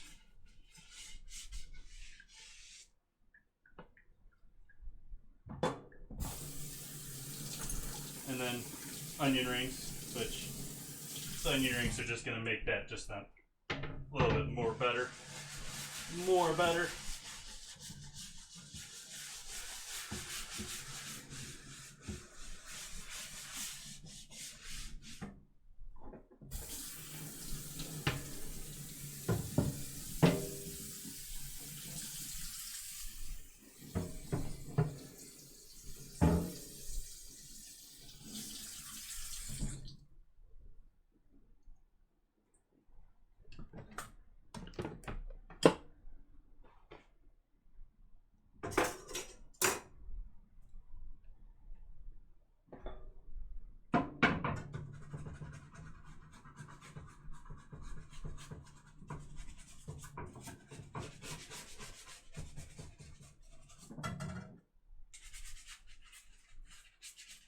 This is a saw that I only use for using for meat, if anyone's wondering. It's got a stainless steel blade that's rusting even still. But, I mean, rusted frame. Not anywhere that's touching the meat. But it's, not been grinding on wood or metal or something else that's going to contaminate my pig. Contaminate. Speak clearly, Jason. There might be someone listening.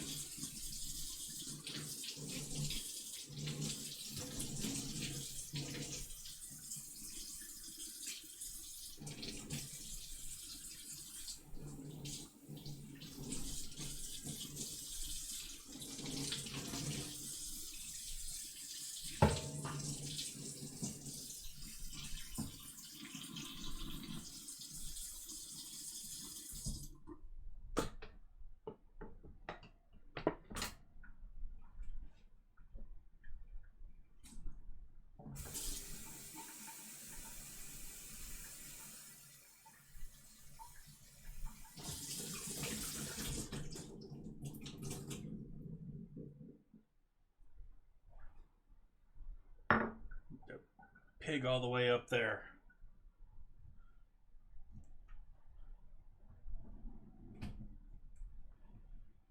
Okay, Hawk, we need to throw you in a bag.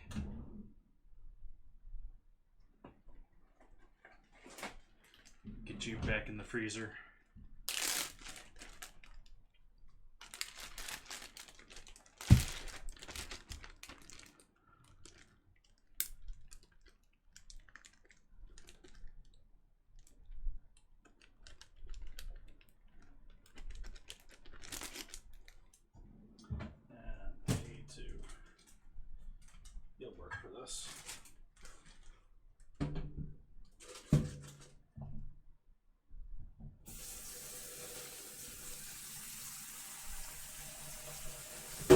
Going to use the water displacement trick to get all the air out of the bag.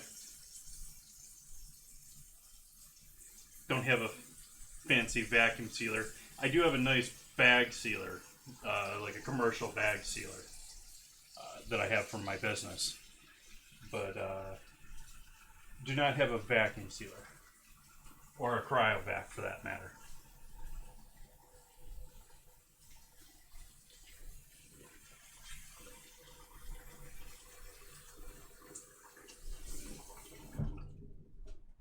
For those unfamiliar with what a cryovac is, I apologize, I didn't realize the battle is ready here.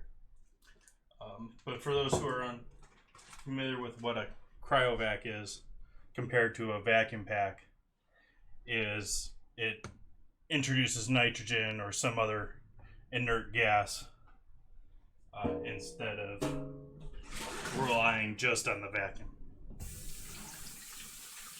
So it floods the bag with one gas and then vacuums it out.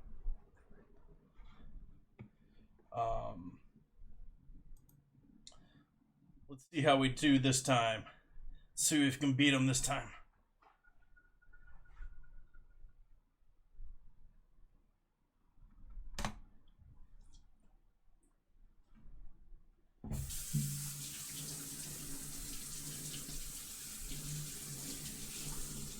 Oh! Third time's charm.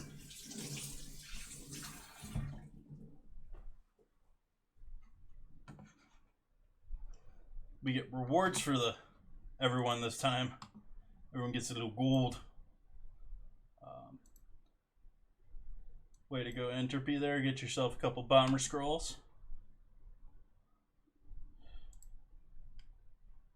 And I leveled up my tank. So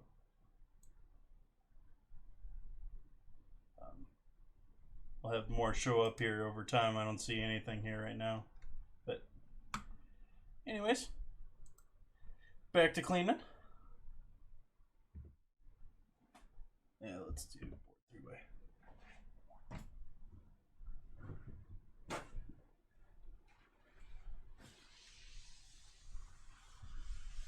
Start by just wiping everything down here. Try and get all the little bits and all the juice.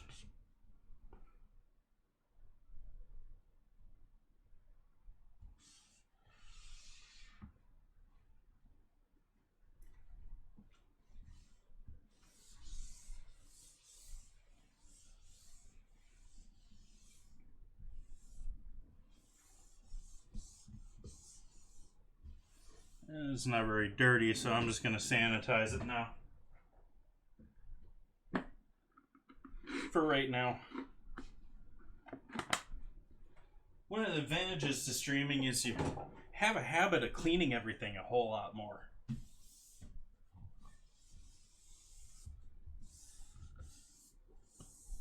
Which is sort of the plan for me.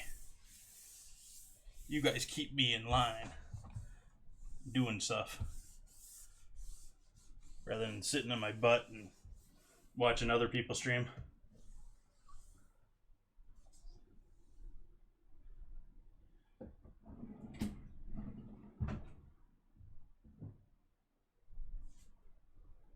We'll just put you over here now without the bottom piece. And let's make some jerky marinade.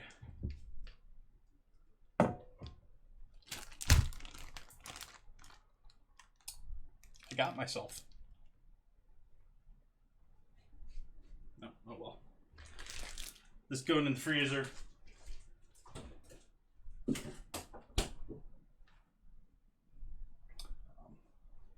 Got a flame going on here with our pork, and I'm setting that just at the level that it will sustain a boil. And I actually want it slightly lower, but I need to get it started. I need to get that fat rendering, get it into a sort of soupy mess to begin with, and then we'll lower it down and simmer it, because we don't really want to hard heat. We want to do low and slow until everything falls apart. We're talking, this is going to be longer than most stocks I do. This is going to be 8 to 10 hours of cooking time. This is going to be overnight. Maybe up tonight anyways. Let's get this guy's out of the view, out of the way. Hi there.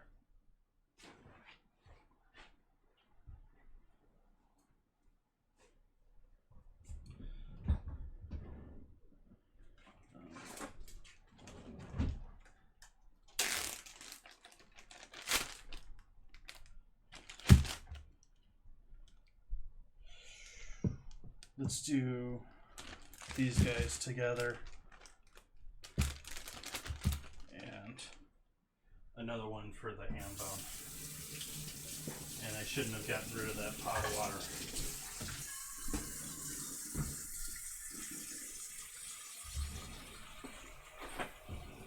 I'm wasting water. Don't have a drought right now, but 4 or 5 years ago, I was working in the farmers markets, and everyone and their brother was like proud to have a dirty car, and oh, California.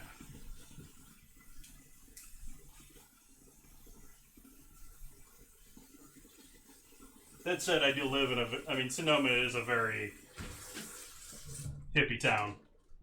A lot of old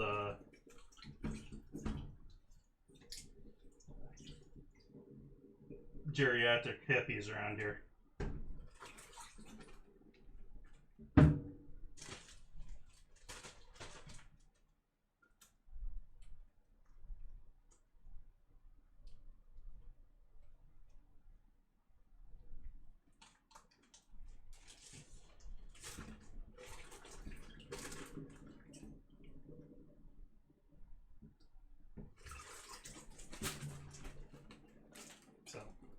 Using the water trick to get rid of the air in those. These are all pork bones. I'll know they're all pork bones.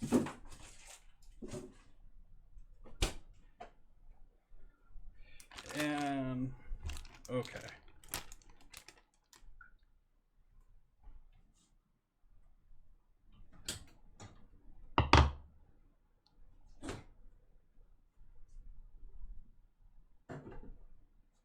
Might be cutting it close here in the soy sauce. I think I'm just going to put the last of this bottle in there.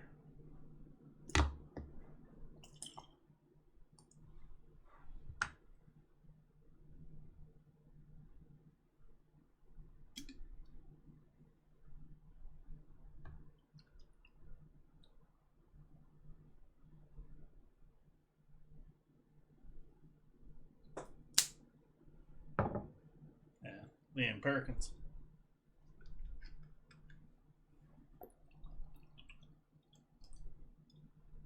Good hit of that.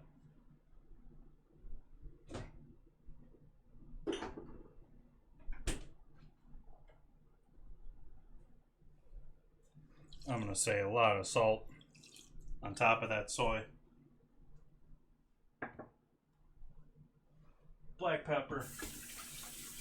Garlic and onion powder. We'll leave it simple other than that.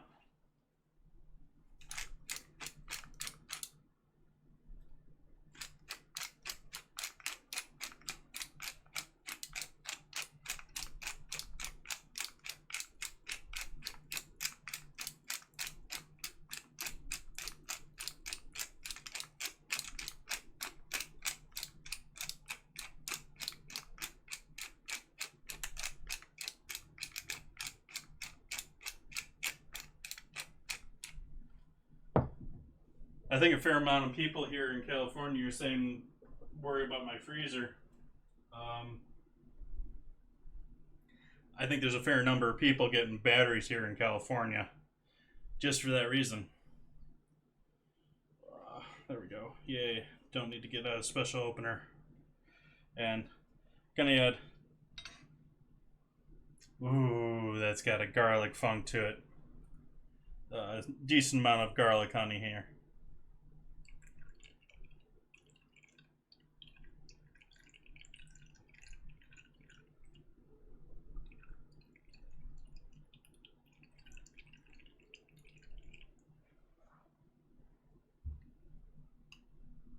Again, that's honey that I've fermented garlic in.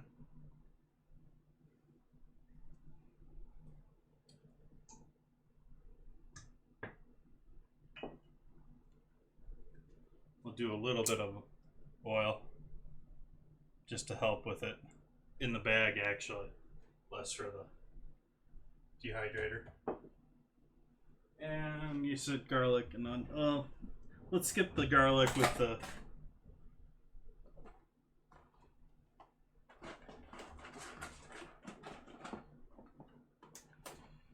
bunch of other things that I could throw in there. But I think I'm going to leave those. I think I'm going to leave it simpler, better.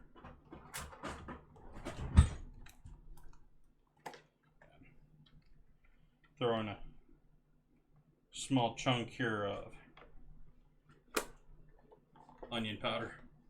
Oh wow, that oil all pooled into one little...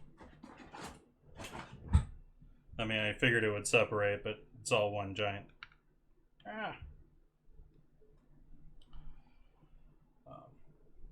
Give that a little bit of whisk up here.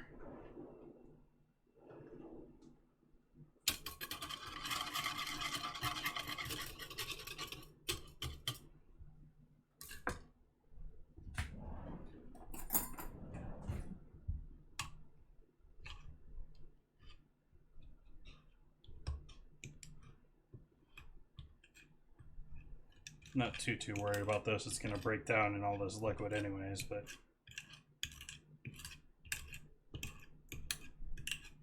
Oh, I know what else I'll add in here. Bay leaf.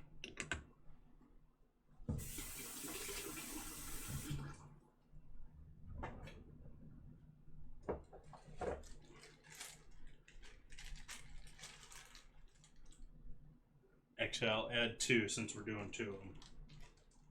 Try and get 1 in each one of them.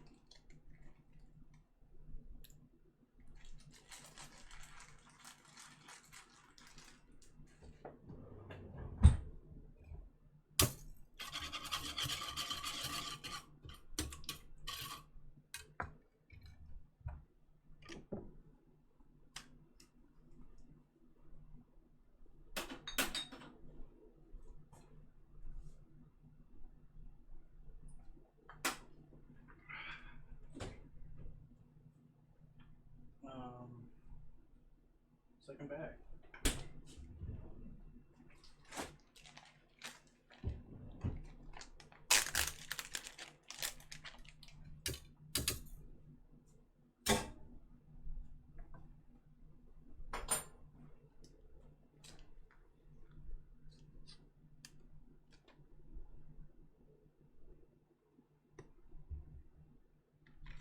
Pour approximately half here.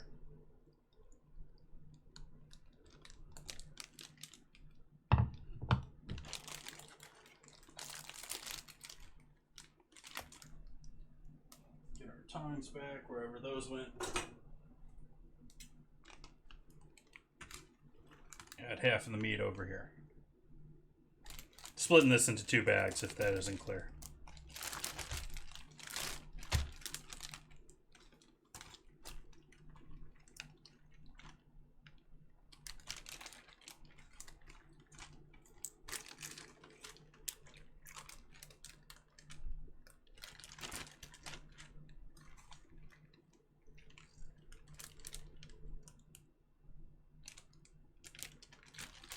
Okay. I think we're roughly even there.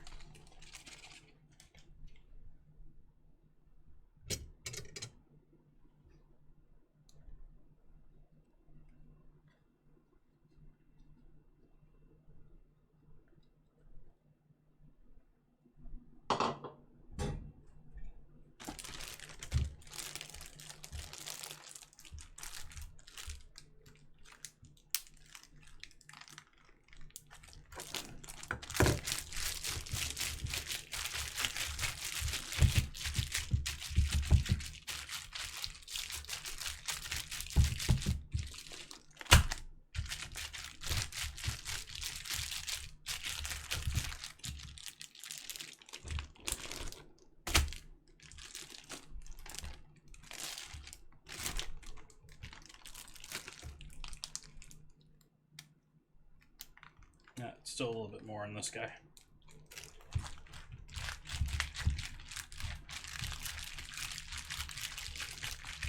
Massaging my meat here.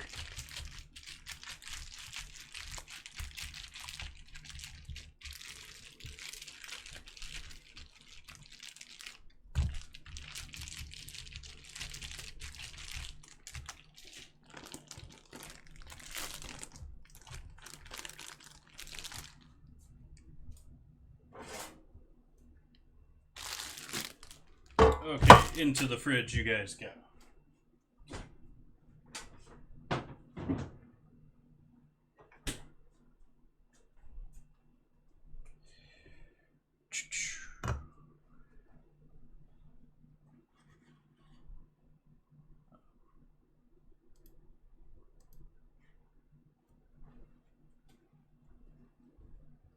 Let's get our onions ready here.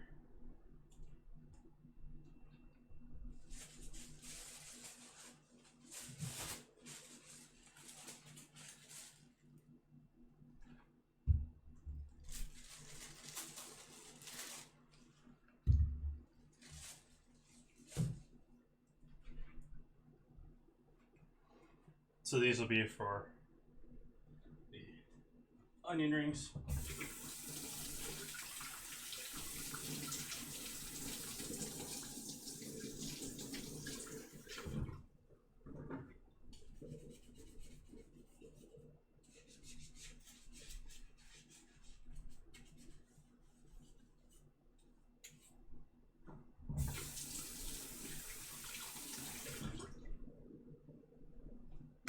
As with this pan, so I need to get this back out of the sink here.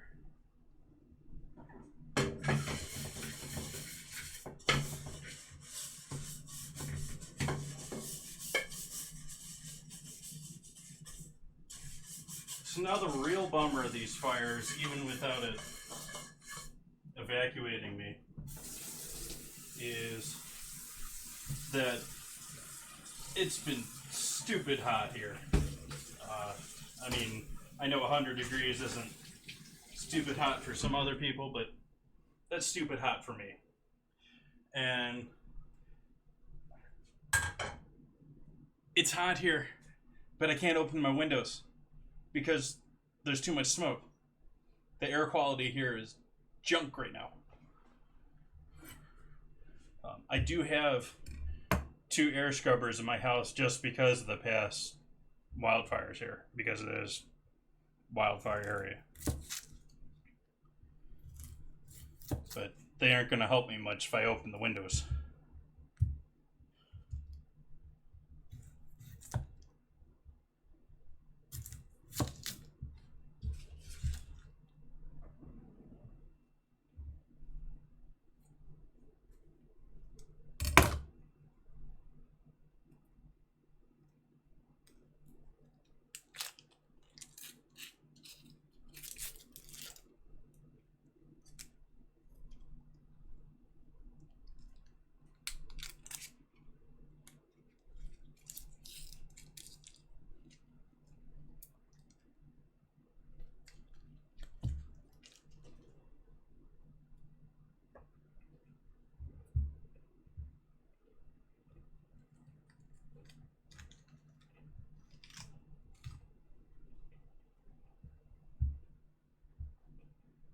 I hear you, pork. I think I want to make those a little larger than that.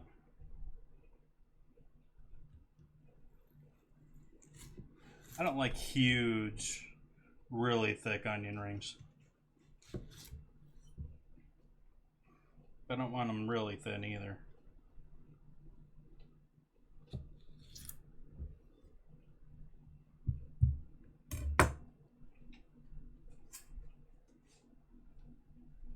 I think one of my neighbors is over on the side of the house there.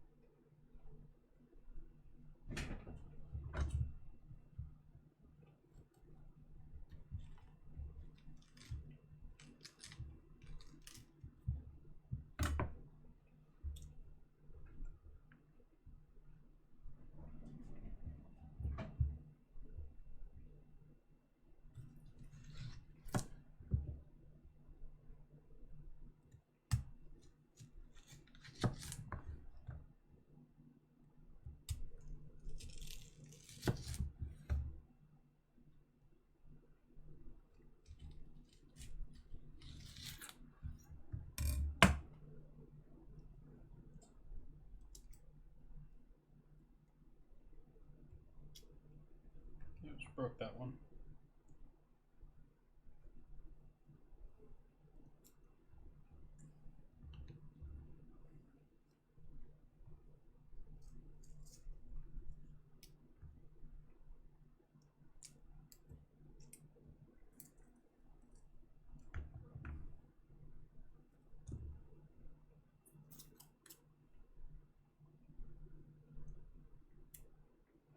These thin ones like this, to get rid of those. They're going to be, you know, those ones that you strip the entire coating off of and feel like a piece of leather. Those thin and outer ones are what going to be those. Like that one's going to have one, but I'm going to leave it on there rather than try and peel it off.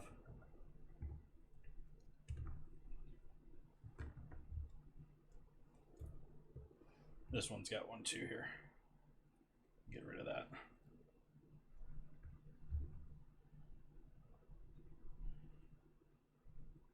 That's the homemade onion ring advantage. They ain't gonna do that for you in a restaurant. They ain't gonna sit there and peel that outer layer off. That's money. That's weight. Poundage. I paid for that onion. It's amazing how some chefs I've worked for are so penny poor pound heavy.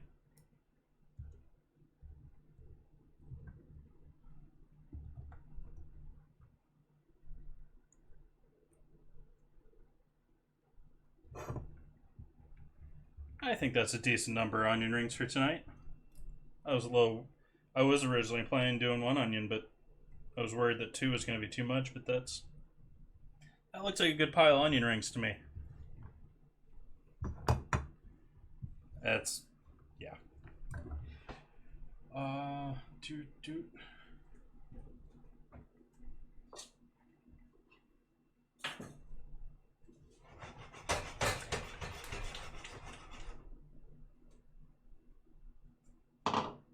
Switch over to using you guys for pork.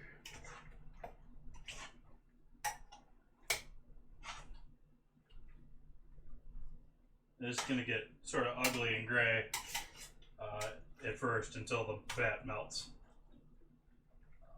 Like I said, low and slow, we're not searing that off.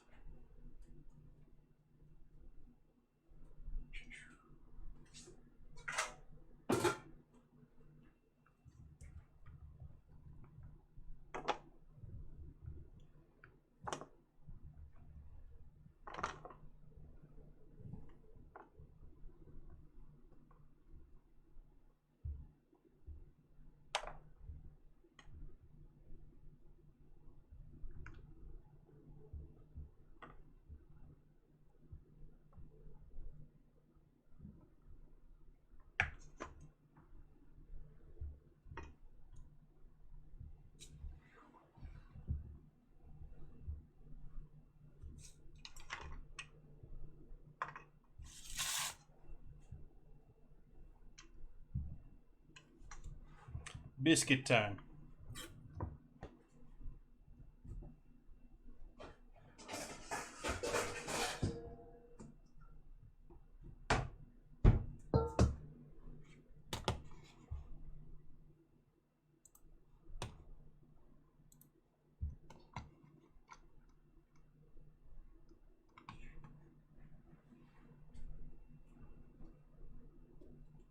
Is that 2 cups? That's better. That should be 2 cups.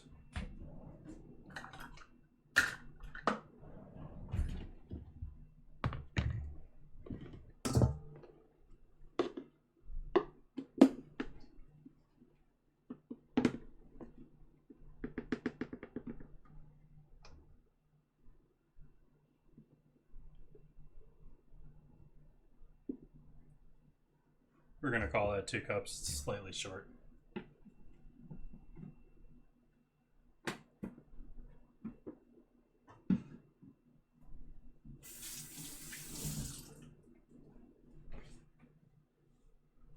Baking powder. Baking soda, I think. No baking soda. do need a bit of dairy though.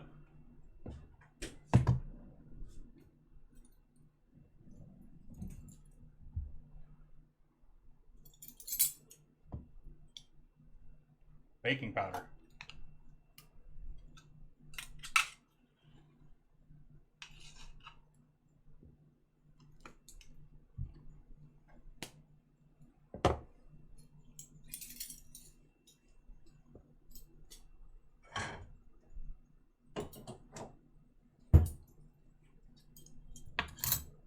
Sugar.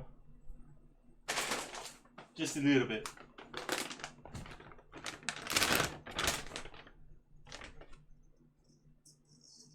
Maybe a heavy tablespoon there. Tablespoon. Speak clearly, Jason.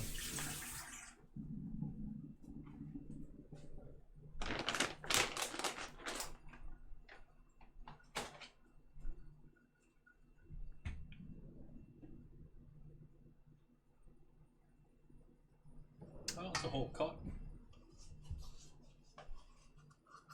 I'm not gonna add that yet, though. Give this a good mix up, make sure that baking powder gets all around.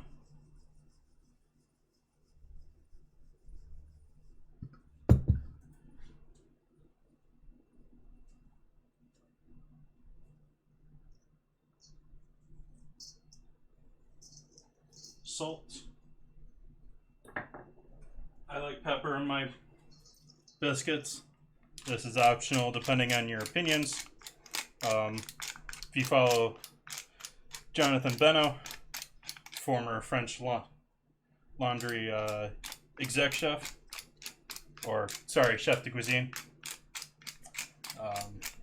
Thomas Keller's always been the exec chef, but Jonathan Beno uses a redonkulous amount of black pepper in his biscuits. I'm going to use a lot. I don't think I'm going to use even half as much as he does.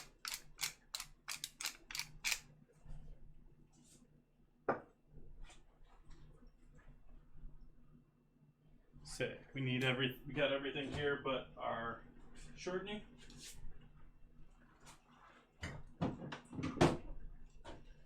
Which we'll use our nice lard from pig and some good high quality butter.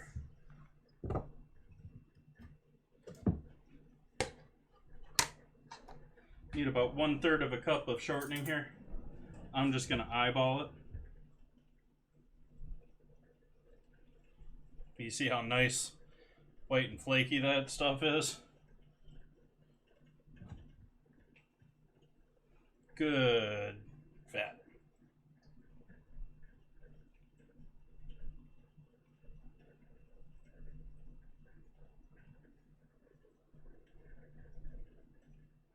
I'm going to add actually a little bit more than I should. There we go.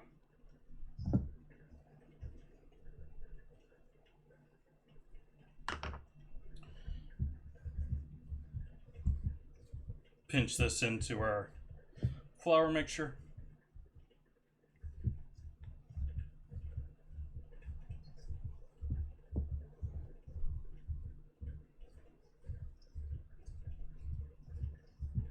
Till everything's sort of pea size.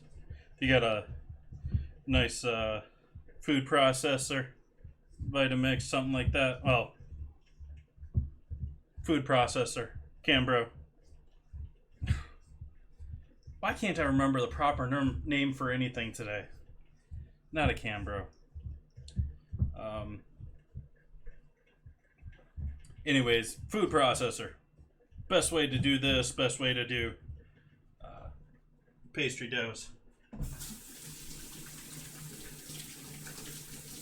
Just a quick pulse with those. Blades work so quick that they don't heat it up. And we need 5 tablespoons worth of butter here. Preferably high fat butter, but I am using high fat milk instead. But unsalted too.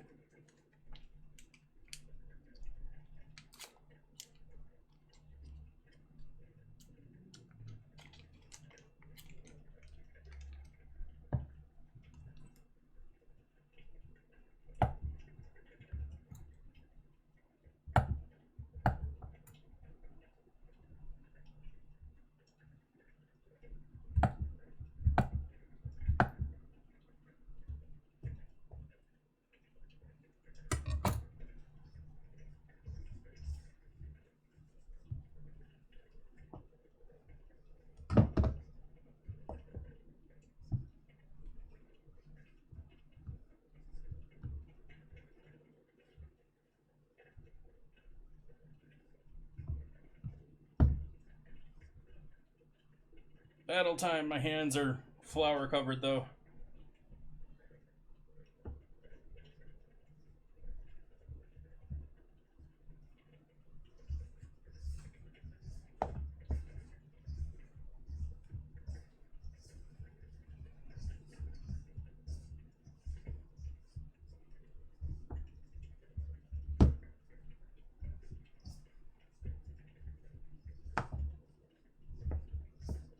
Okay, that's getting good right there. I'm okay with some chunks of butter, but as long as most of the fat is, meaning the lard, has been well incorporated, I'm more interested keeping that butter cold. So I'm gonna throw this in the fridge while we're doing the battle.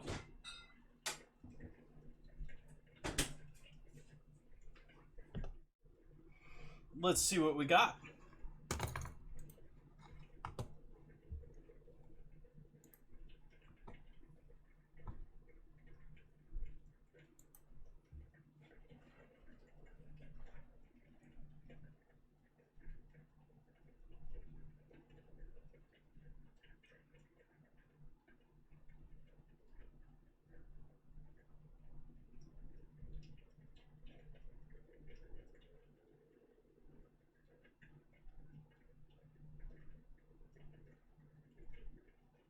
Might get it here. I think we got it. Oh, we got a healer. This is in the bag.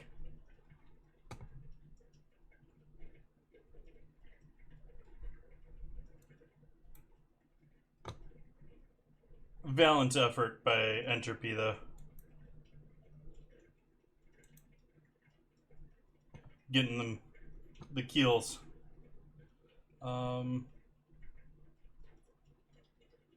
Gold chest? Silver chest, easier. Let's do gold chest. I'm up for a challenge.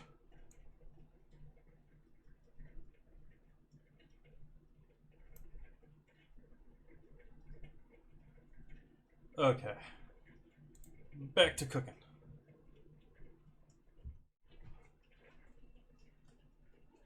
Give our pork a stir up here. It's bubbling away here.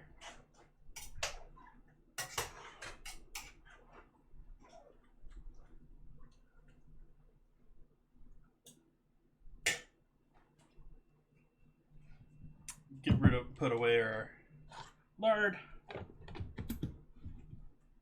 And get our dough back out.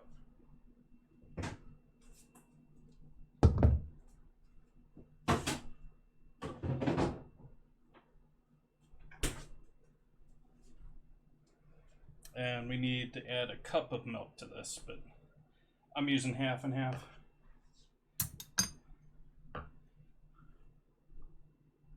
These ought to be some flaky biscuits.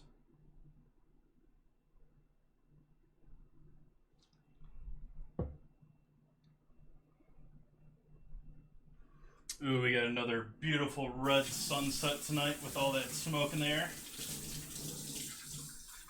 There is one benefit, that sunset is gorgeous on nights like this.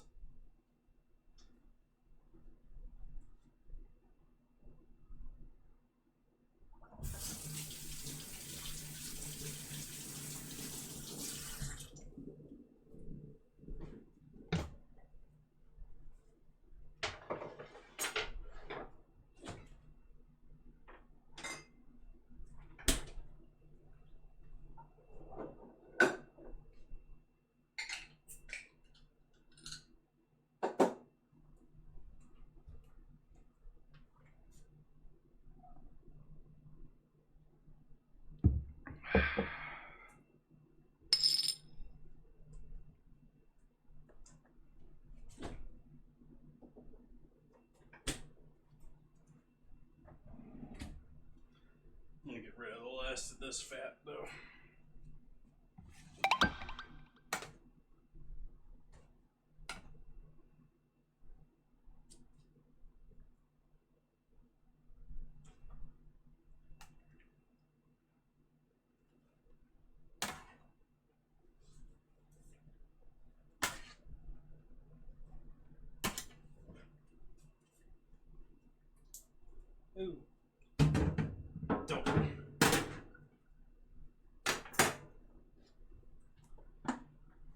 build. Hey, create mode.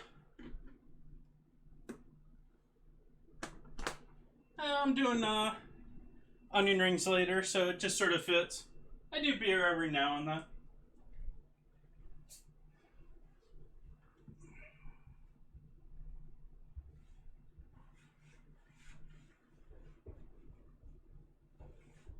Just spilled that pork juice all over my oven.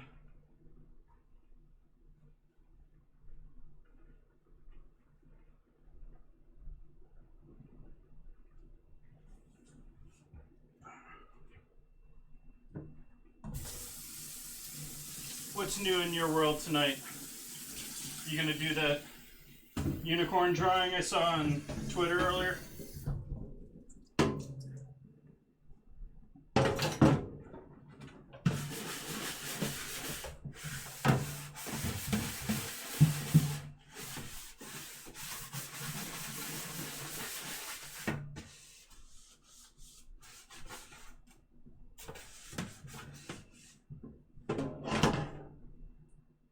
Nice.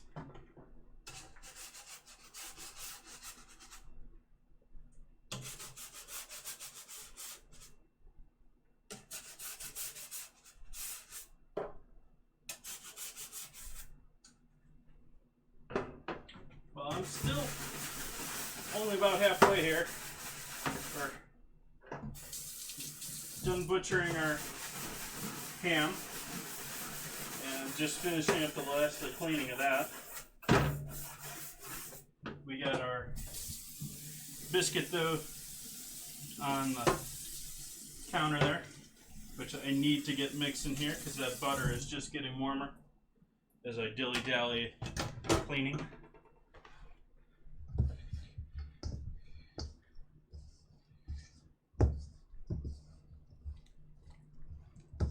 Wow, these are quite wet. Followed that recipe for the most part. I mean, I added more fat into it, but I didn't add more liquid.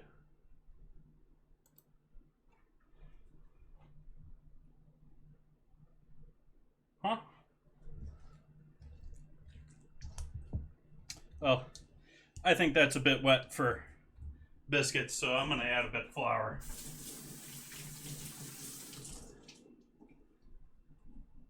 Thankfully, I have more flour. If you're wondering, because I finished the container earlier.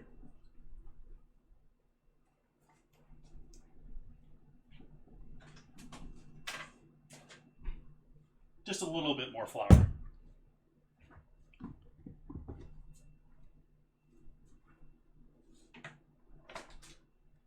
Break it down into a smaller container so I don't contaminate this whole thing playing around with recipes like this. I'm gonna add another. Let's see what we do with the half cup. It's probably gonna need a cup.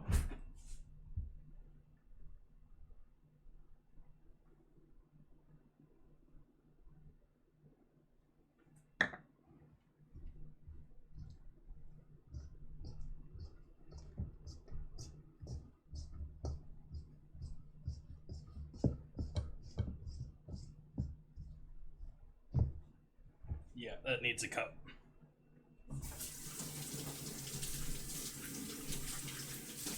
Yeah. Well, I bought right when the flour scare and shortage happened, I bought a 40-pound bag.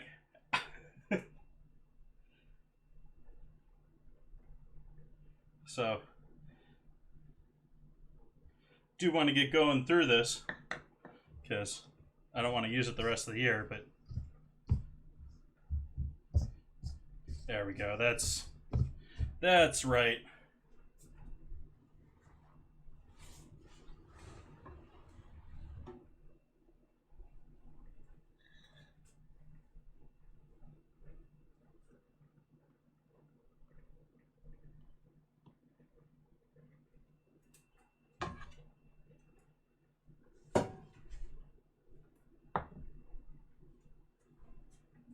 Good with that, good with that. Let's do main three-way. Huh, I didn't moved that timer on you guys. I didn't mean to do that.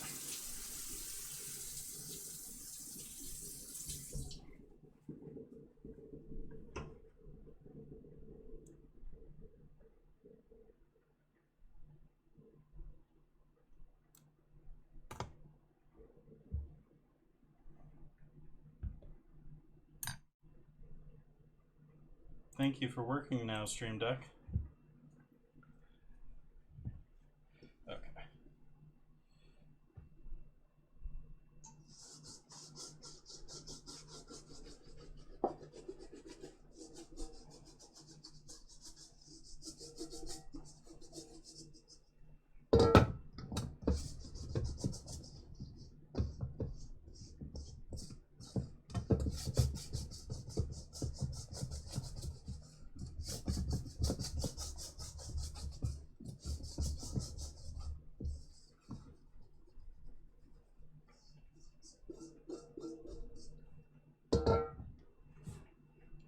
And we do want to give this a couple of folds, but not much.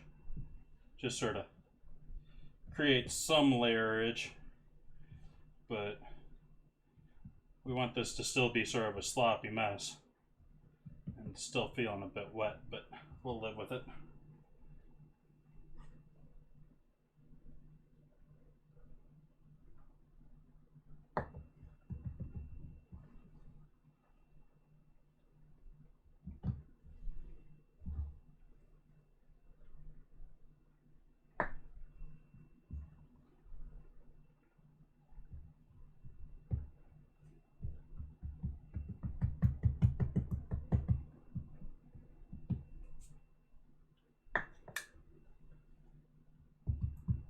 Something like that.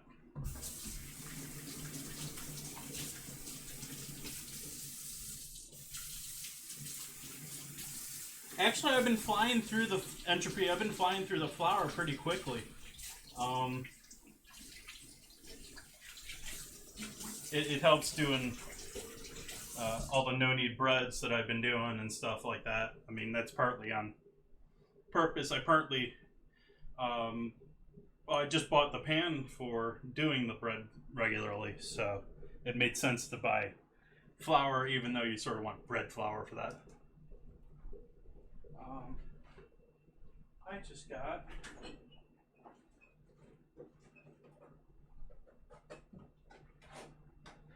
some aspic cutters.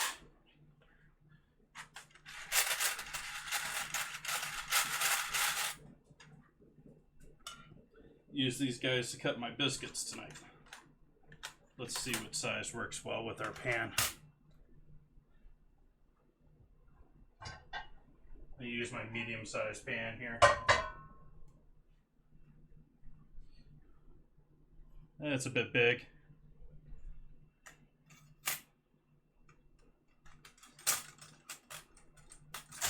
Did sort of want them big though, but that's about right. Do one in the center. That's about right.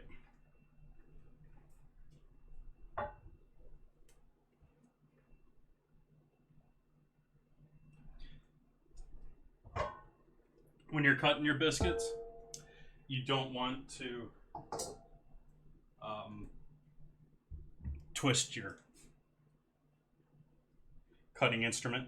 A lot of people have a tendency to want to twist to get a clean cut. Nope, just straight down.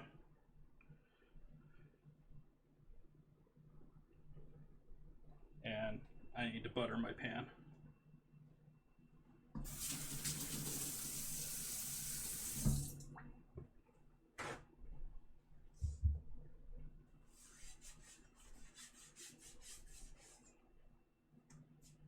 Should probably turn the oven on too. What temp are we looking for? Probably 350. 425. Wow.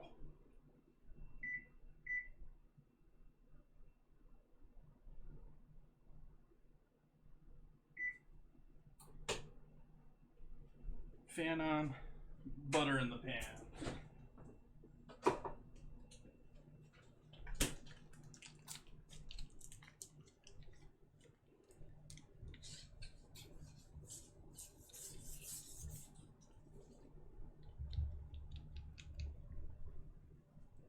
It'll help give us a nice golden color on our bottom of our biscuits, but also help release.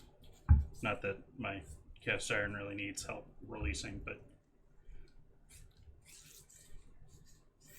if you're not using something like this, if you're using more like a pie tin or something, definitely want to grease that bad boy up.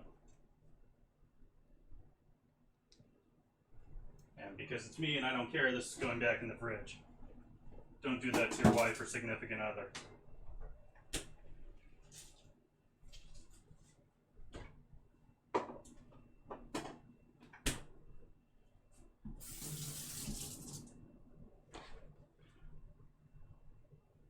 You can already see the layers.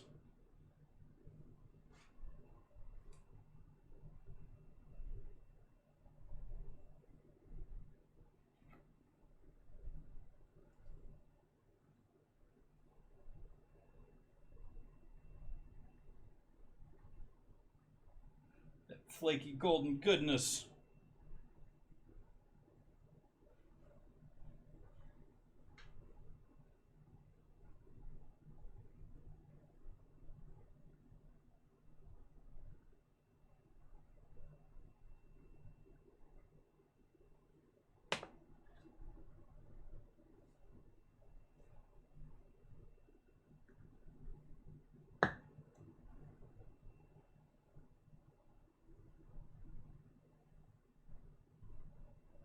Don't really want flour on your ring. I'm using it more to clean it. Or your bottle or whatever you're using to cut your biscuits.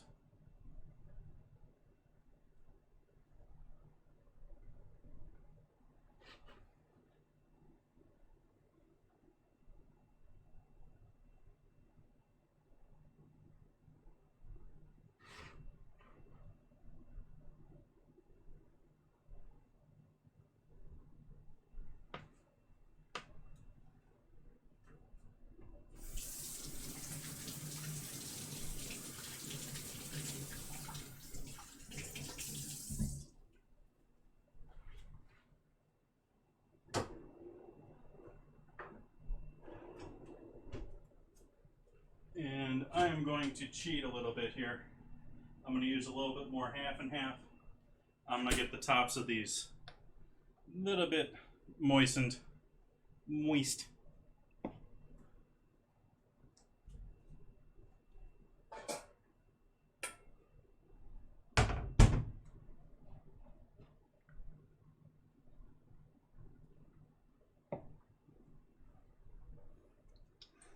And I'm going to wait for the oven on that, but that is the plan here. We don't really have enough here to do a whole heck of a lot more with this dough, so I'm going to toss this a little bit of dough here, but that'd be an awesome, I don't know what else we could use that for. Yeah, it's like 30 cents.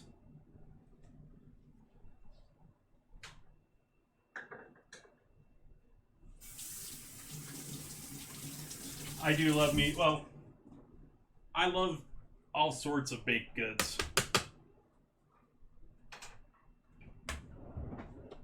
Where's my... There it is.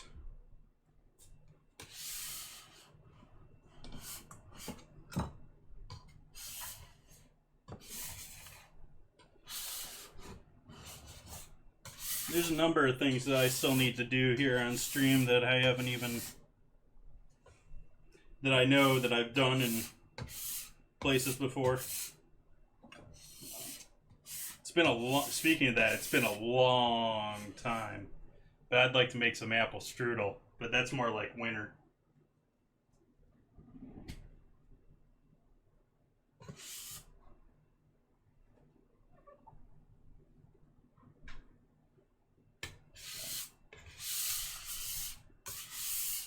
I like me some donuts.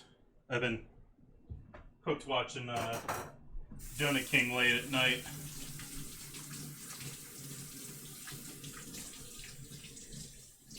Just sitting there working and rolling out dough.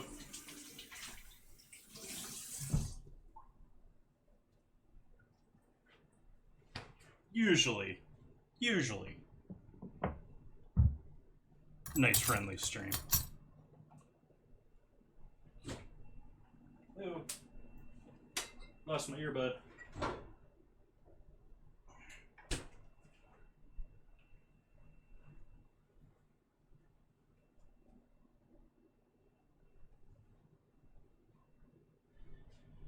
Went down in size on the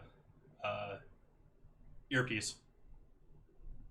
And so it's a little bit looser in my ear, but the other one was just sort of making my ear ache a little bit. Maybe I should have lived with it.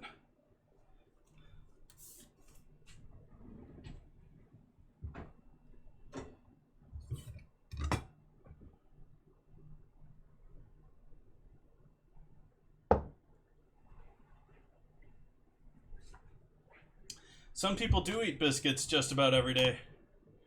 I mean, it's a staple in the South. I mean, some families, it's just every dinner. I mean, I don't think the average American family has dinner together every night anymore. But a lot of those Southern families still make biscuits with dinner all every night.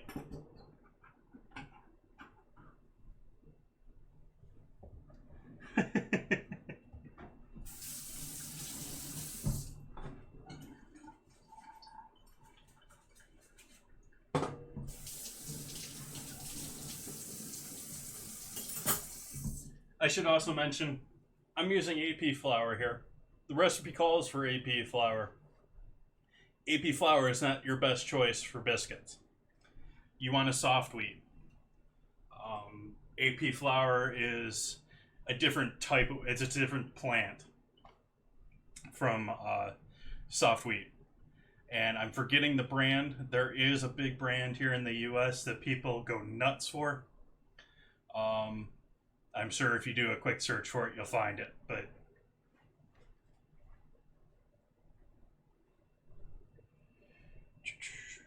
waiting on biscuits. Waiting on, we can get oil warming up for with our onion rings. How am I going to do all this tonight, time-wise? I think I'm going to fry the onion rings, keep them hot in the oven after our biscuits are done. They'll give me time to sear the ham steaks, make a couple of sunny side up eggs, the biscuits, sunny side up eggs, ham steak. Do need to get a little bit of pork stock reducing in the back here so we can have a little gravy.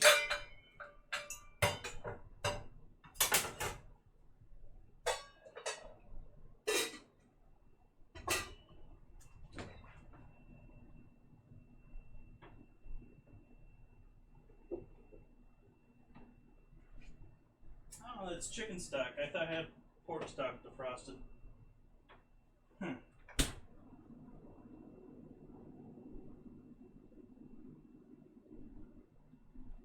Yeah, I'm gonna defrost pork stock.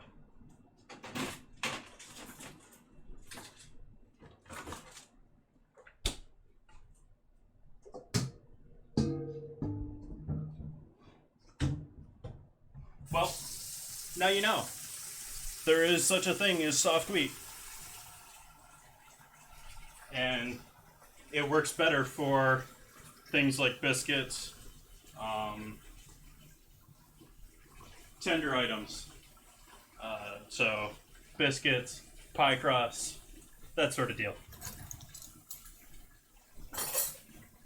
Still want to use AP for, well, AP is general purpose. It's not really the best for just about anything.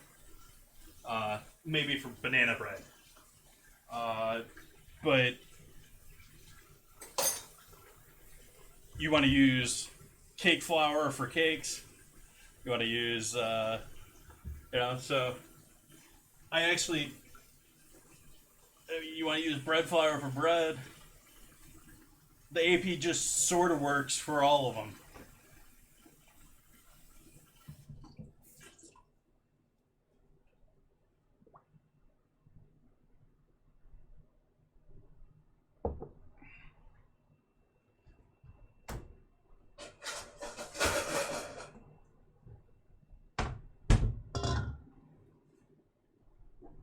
get our dry parts to our beer batter going here. Start grinding that pepper again.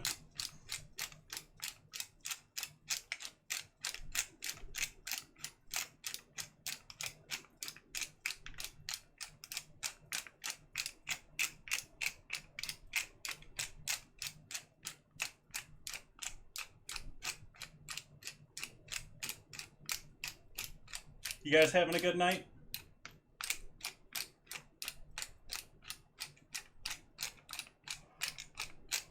Yeah. Frozen biscuits.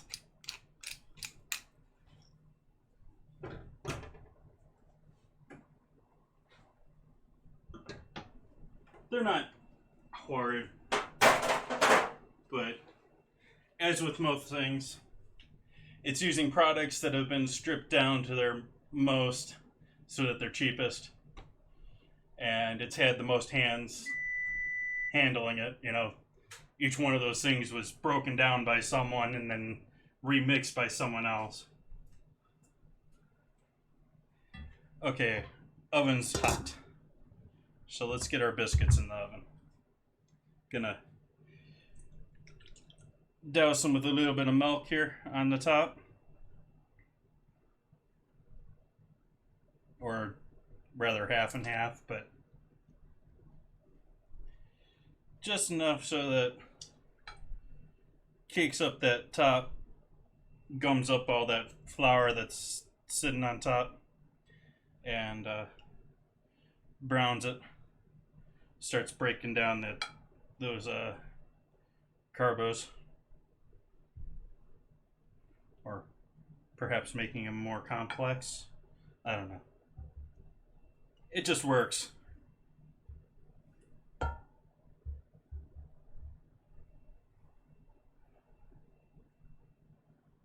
I'm not a food scientist. I can't remember stuff.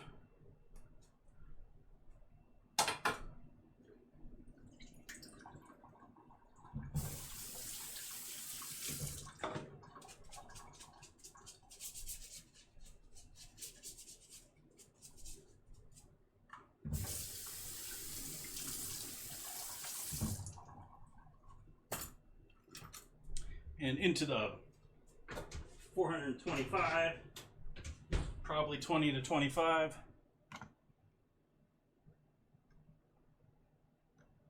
Oh, 15. 13 to 15.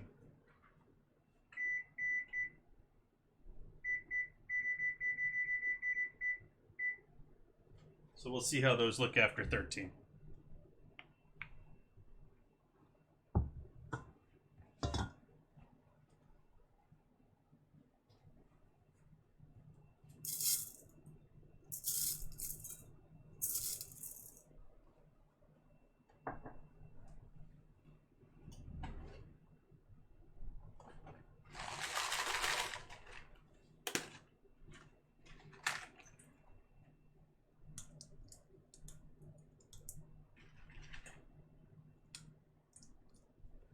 Garlic powder, all chunked up. Onion powder, all chunked up.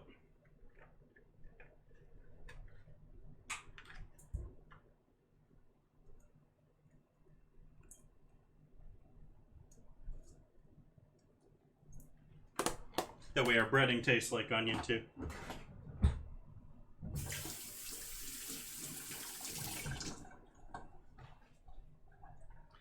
And half cup of beer.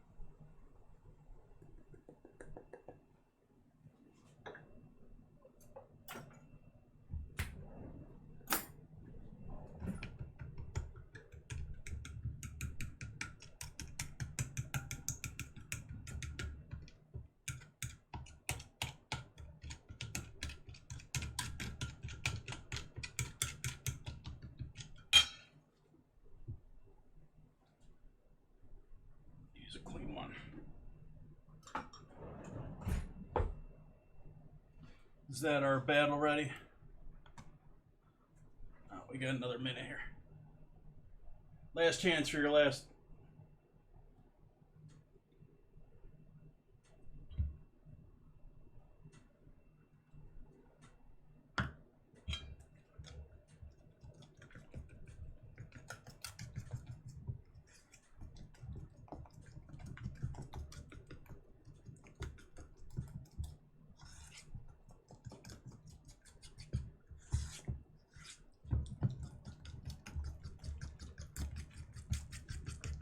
Trying to work the lumps out of it before I worry about getting it to the right moisture level.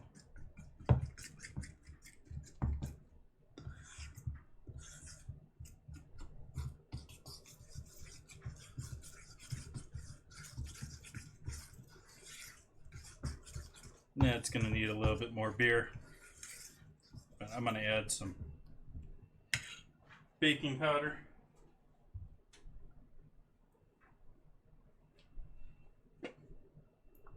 Not going to measure it.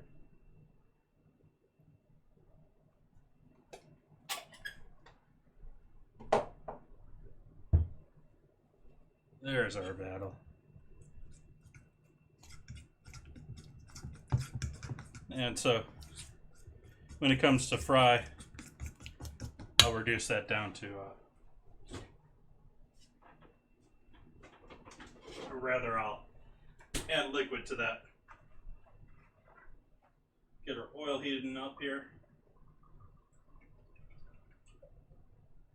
This is oil that I've previously used for frying things like fried chicken, that sort of a thing.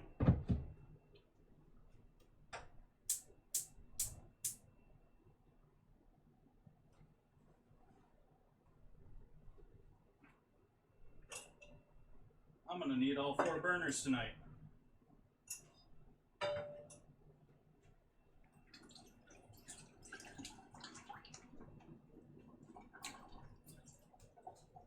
Wondra flour. That is the name of the flour that I was thinking of, couldn't think of before. Wondra is a soft wheat. It's a brand name. It's typically sold in a box, I believe.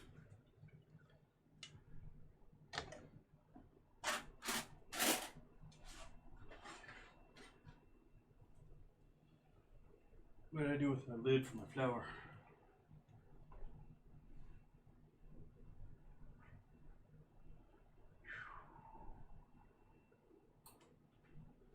I've lost it already.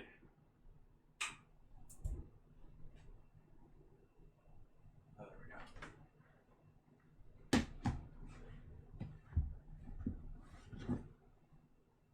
go. Oops, don't want to set that on top of the cocoa.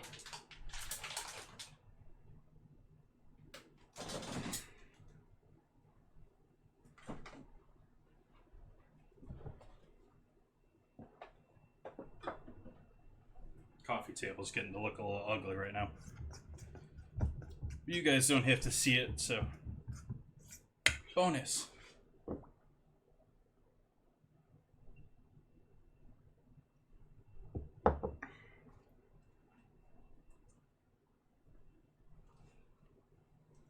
So we got about a 5-minute wait here. Waiting for the biscuits to cook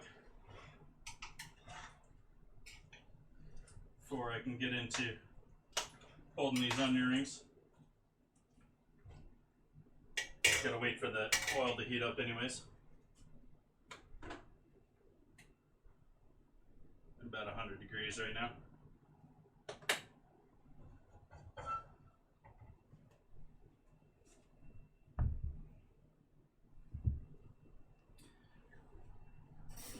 Grab a rack and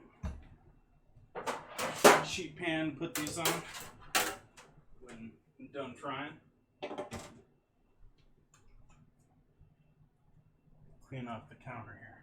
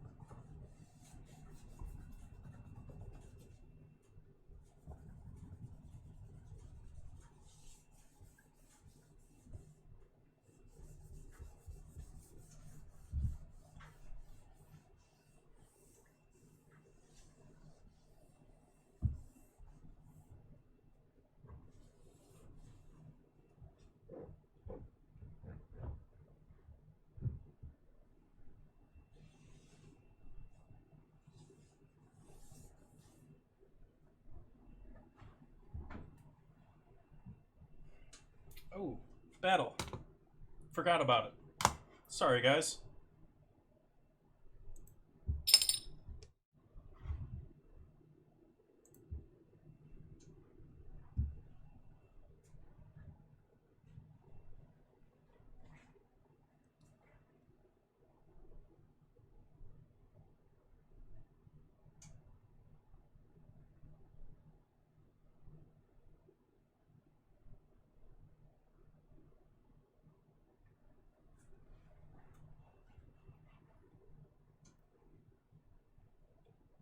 Oh, we got this.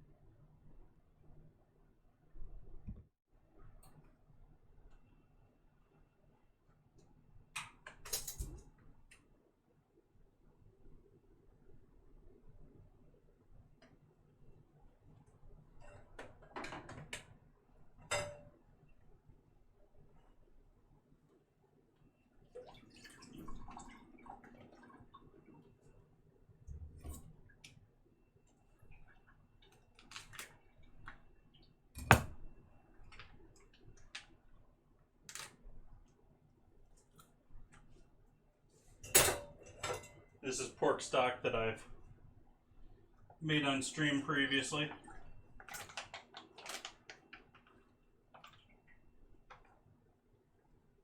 Gonna defrost that.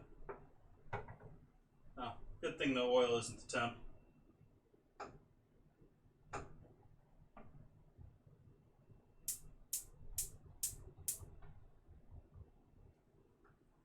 We'll get that melting, and then I'm gonna cut it down and reduce it. Use that for our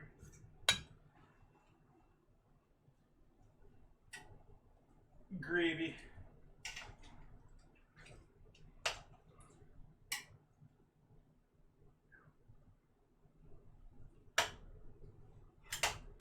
And over here, this sort of ugly gray mess is gonna be pork roulets for anyone joining in.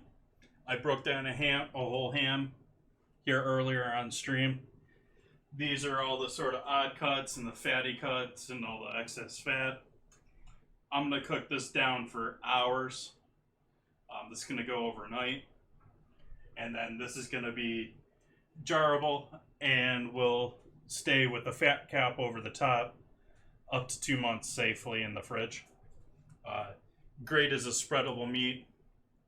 Almost like pate-like texture, though it's still got meat chunks to it. Good stuff.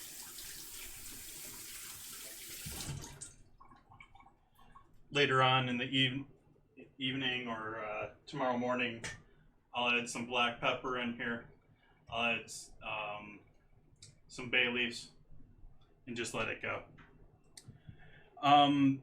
I unfortunately have 2 pressure cookers, and they're either too small for that job or entirely too large.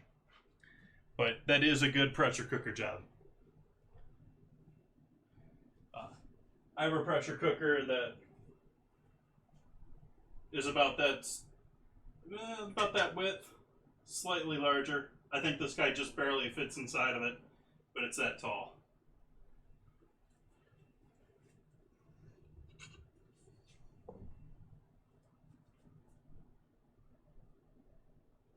And welcome, Admiral Star.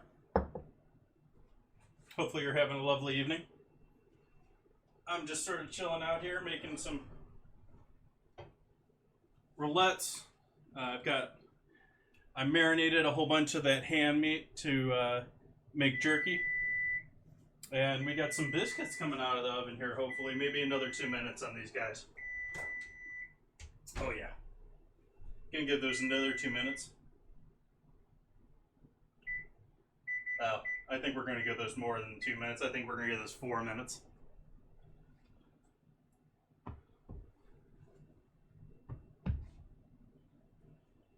But I think we can get going with our onion rings. Just a little bit more beer here to loosen things up.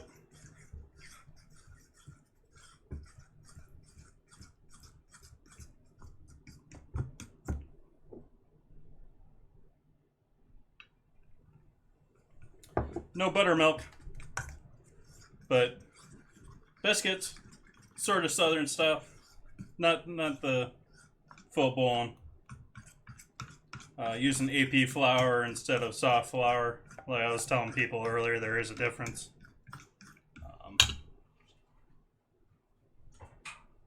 How are we looking on oil temp?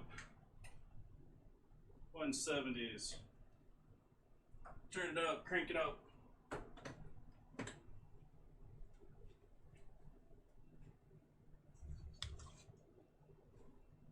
I'm gonna take these guys and set these over here.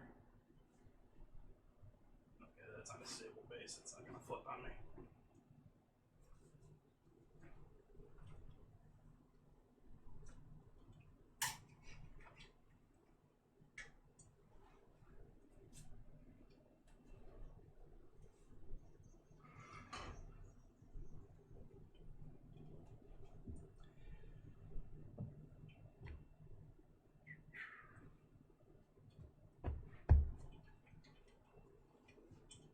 Actually, I don't want to use one of my towels for that, but I want to use this.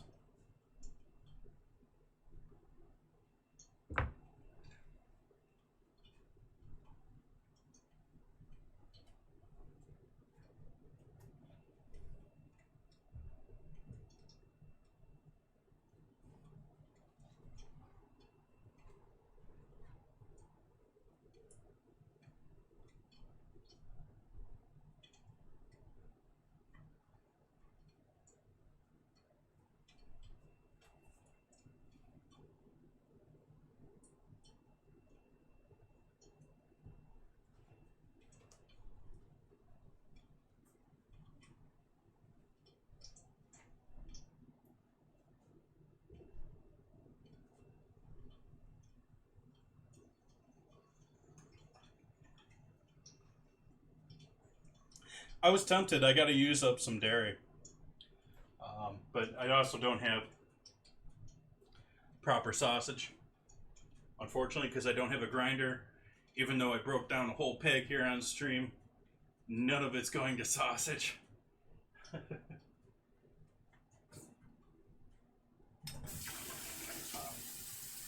That's part of my current fundraising goal there. I'm trying to get myself a...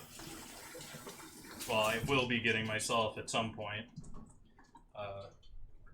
mixer and grinder and whip attachment and all that good jazz. And actually, I don't want the... I'm trying to get the Swiss one. That's a bit pricey, but has a more powerful motor than your typical KitchenAid. And it's not an over-the-top motor one, which it's going to be better for making breads and kneaded items, and it's going to be better for grinding, which is really, I want grinding. I don't want to buy a dedicated grinder, but I want something that grinds.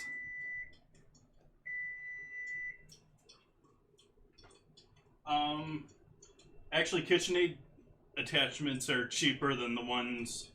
That's what makes the one that I'm interested in so pricey, is the attachments. KitchenAid, they're... Yeah, it seems expensive for molded plastic, but when you understand that KitchenAid products, when you're talking that mixer, that's an NSF certified product. And those are products that are certified for commercial use.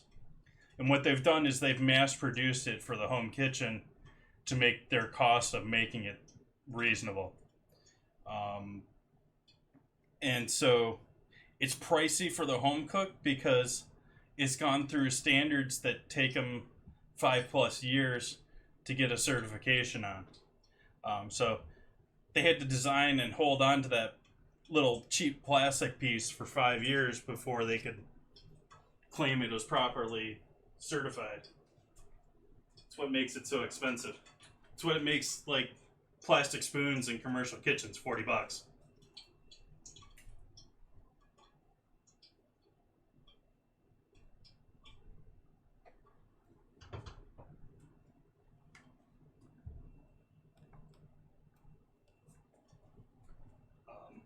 But they do that with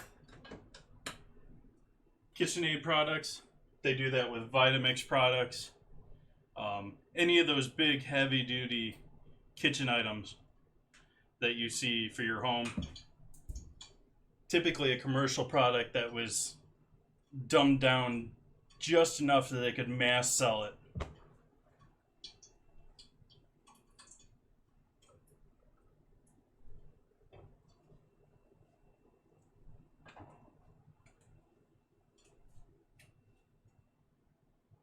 Still too low here.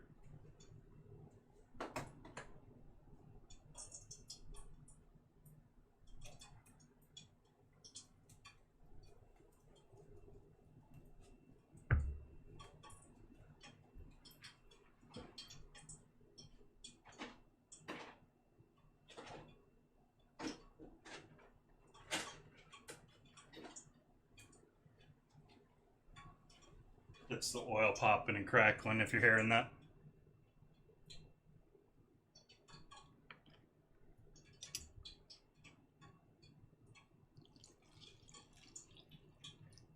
That'll probably be enough for tonight. I don't need a ton of gravy. It's not real gravy anyways.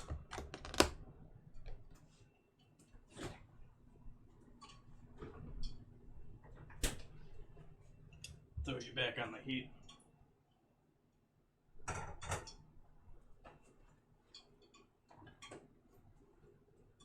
Oh, biscuits.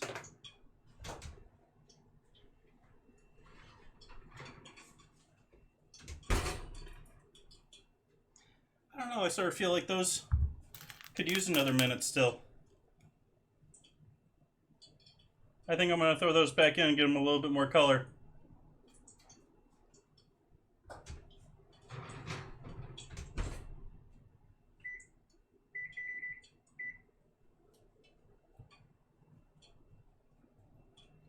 Hey, Big Davy. How you doing this evening? Are you coming back? Didn't give me a shout out for you. I missed you earlier in the madness when I was getting hosted or something.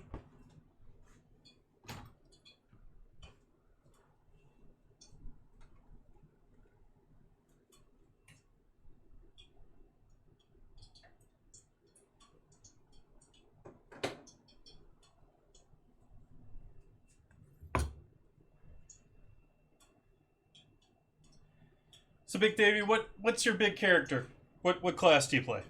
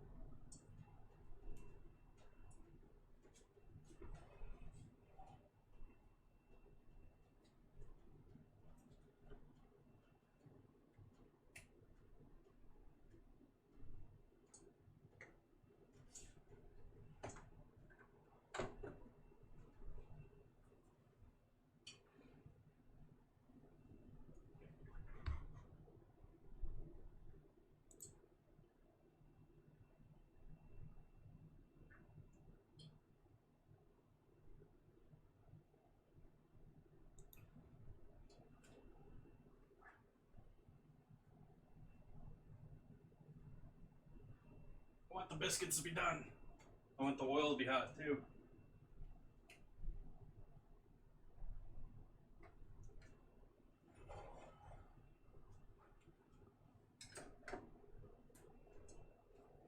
I'm hungry. We're going on 3 hours here.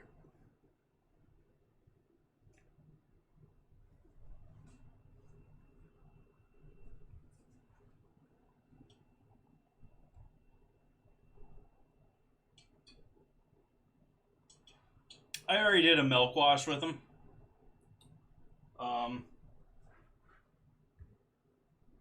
I'm going to use sunny side eggs up too, so I don't want to mix them up.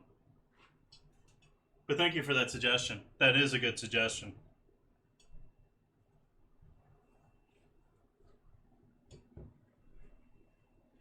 But no, I'm thinking just a couple slices of nicely seared ham. We'll try and get one of them, the nice sear looking on them.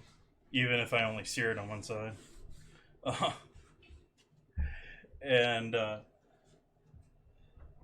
couple eggs, couple biscuits, a little gravy. We'll be good. A couple onion rings. Just as I felt like making onion rings tonight.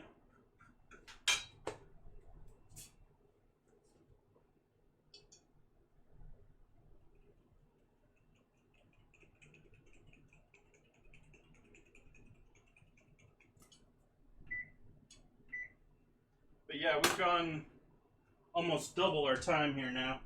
So hopefully these are better. Well, they got some color to them. They did rise a little bit, and we got some decent layerage going. If you look at it from the side there.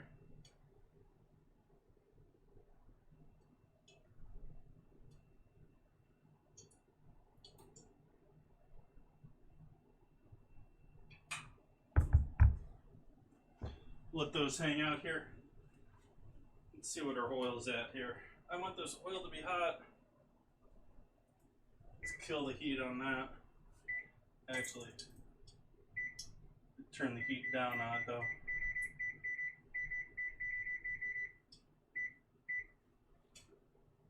Oven's still on, but it's at 250 now.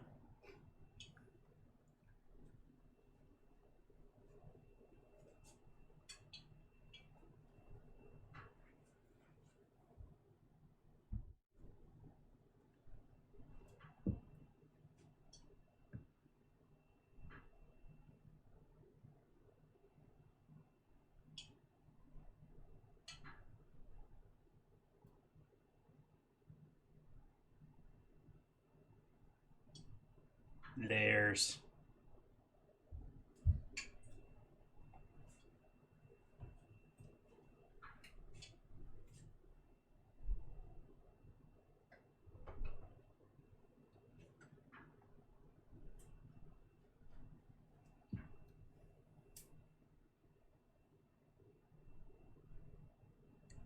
I'm gonna set these off to the side. I have fan blowing at me over here, so they're gonna stay nice and warm over here. Here they're gonna cool down. Well, you tell me. I don't want to call them thin, but they definitely ain't thick. This is maybe the thickest piece I got, but yeah, we got some thinner guys going on in here too. I didn't use a mandolin or anything. They're hand chopped.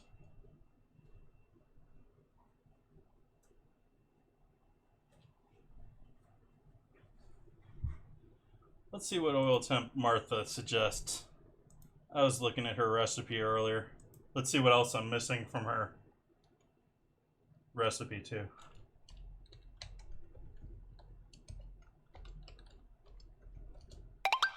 Hey, Metro.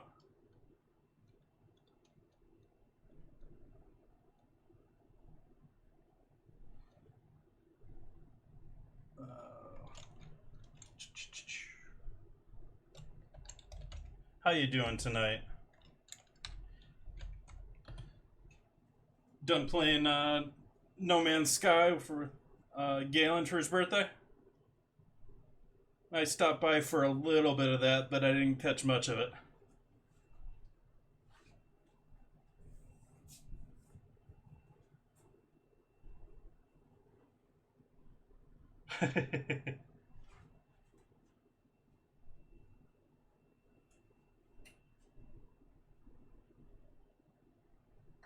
How long were you waiting on that? You've been complaining about it for a week or two, I think. I say complaining, but I know you're toying with them.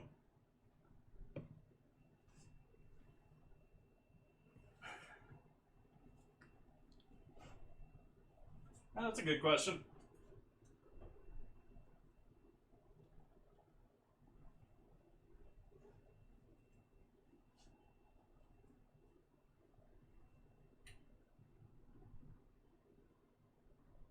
$300 to $330-ish now. So I think we'll start with our first batch of onion rings. Get these guys all nice coated in batter. Switch our mics.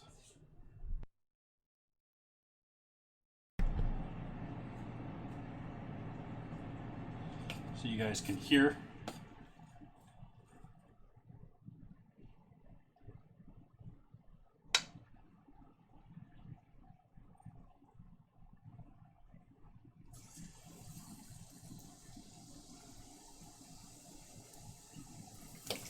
Oops, you don't want that.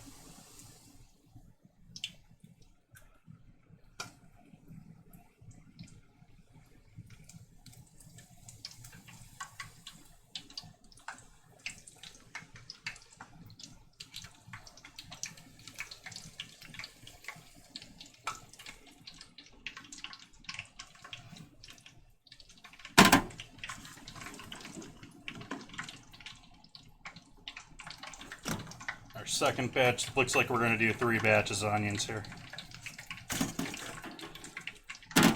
In the batter.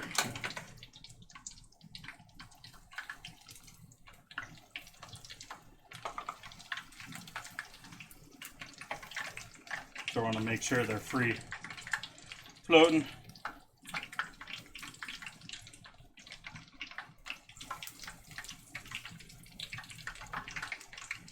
You don't want to play with them constantly. I'm playing with them too much.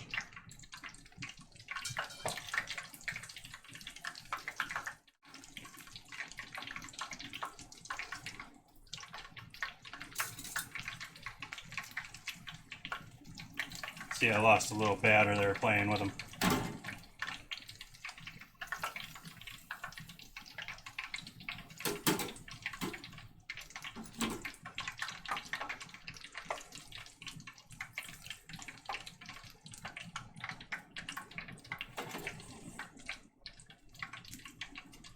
I think I want a little more color on that than that. I was thinking they were going to darken a little bit more out of the pan, but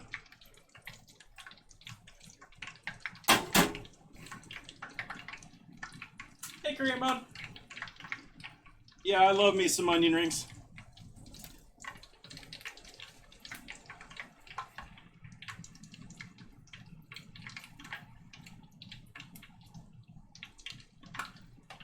Thank you for the follow there, Baroness. How you doing this evening?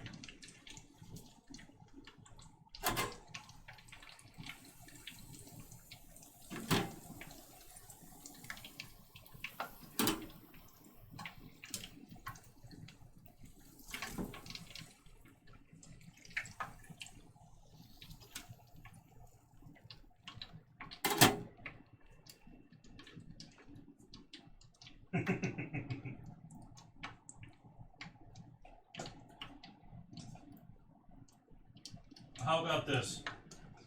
You figure out how to invent a food teleporter, I'll send you all the food you want.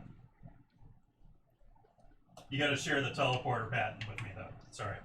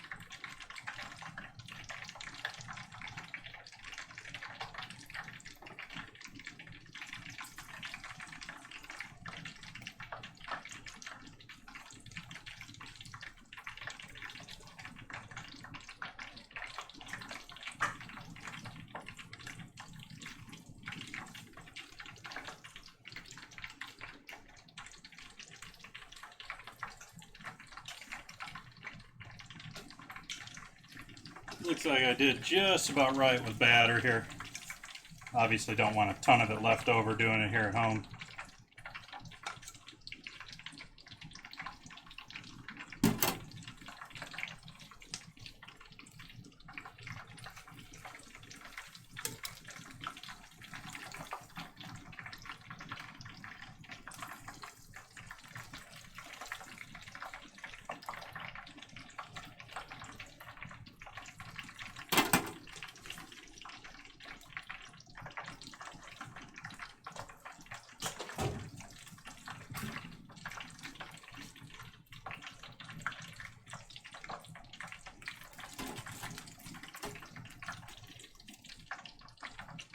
The first batch turned out quite nice here.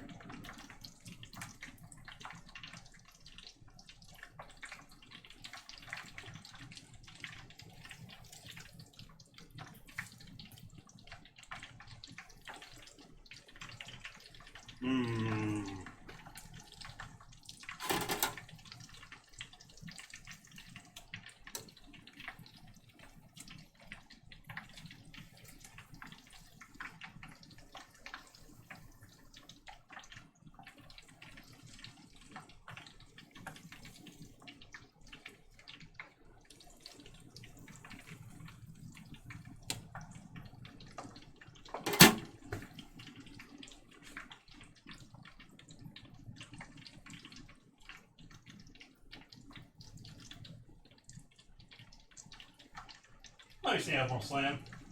Good old French omelet. I was always taught a French omelet doesn't have any color to it though. But yeah, those Japanese omelets seem to be the real craze these days, where they slice into them and they just turn into a pool of lovely eggs. But I'm just going to do some simple sunny side ups.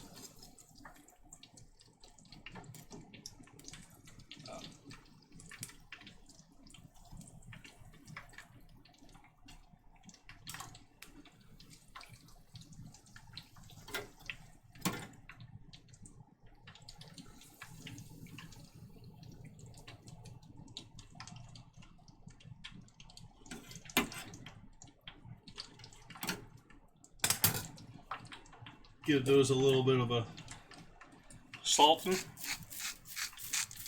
with the ground salt so that it sticks a little bit better. Kosher salt doesn't likes to bounce off fried foods.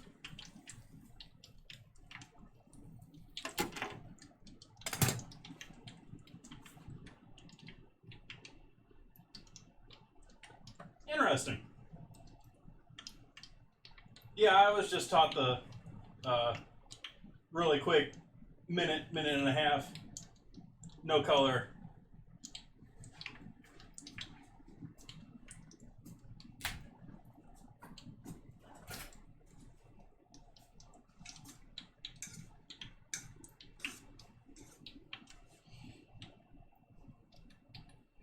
Wasn't really my thing. I like a little caramelization, a little. Well, it's not caramel, it's Maillard, but just the same. A little color, a little flavor.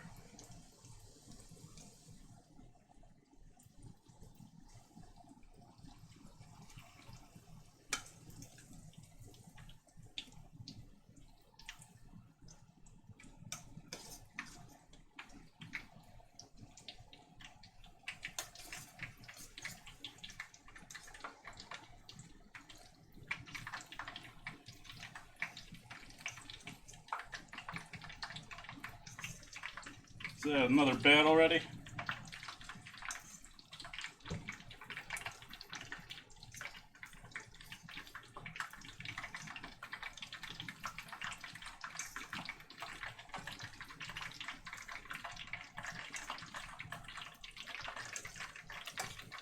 There's probably too many, but it's the last of them.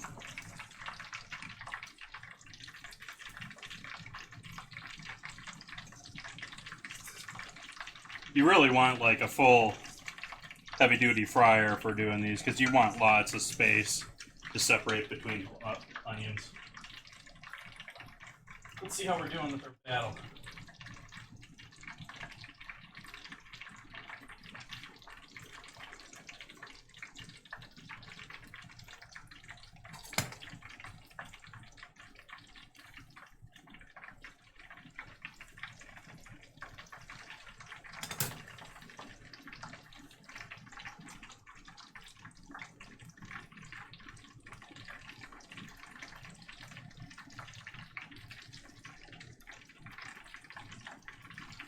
Oh, is it a nice chest, or is it a,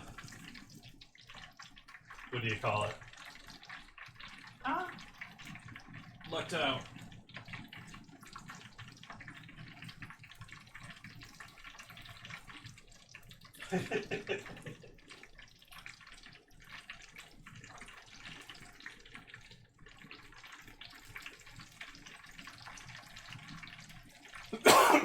Nice.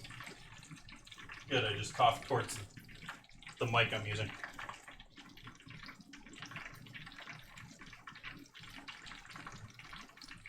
This is probably going to be our last battle of the night.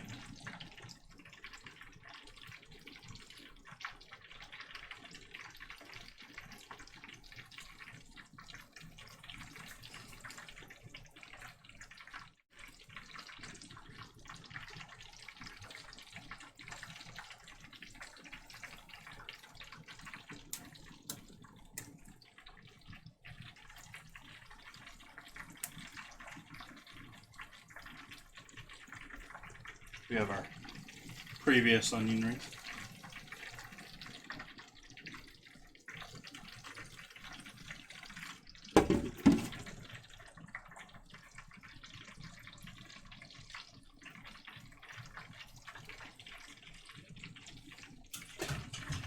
I love me some onion rings. I'm making them tonight just because I felt like eating onion rings. We also got hidden over here, for anyone that hasn't seen already, we got some good old biscuits. Nice flaky biscuits that I made. Those are staying over here hot, warm in the pan.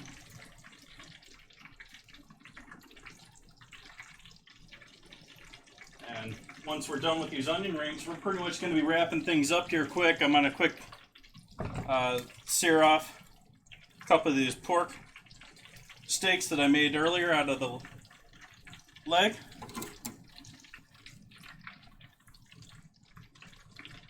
And eggs, and we'll be done.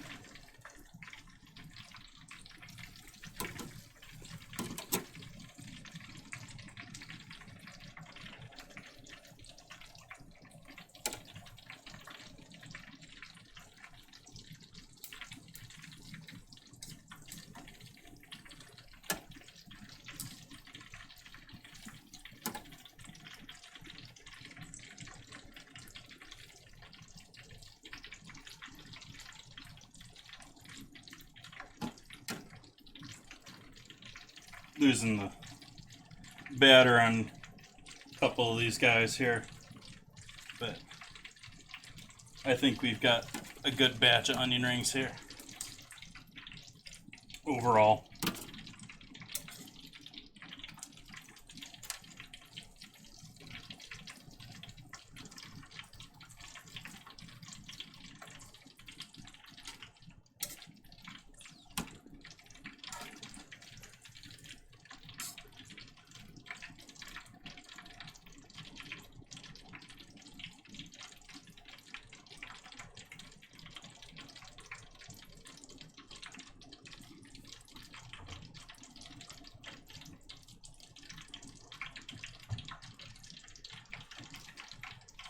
Turn the heat off the oil here.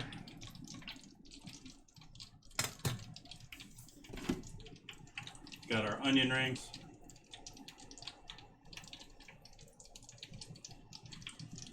Put those down here in the oven to stay warm. Oven's at 250. I'm gonna throw the biscuits back in there to stay warm.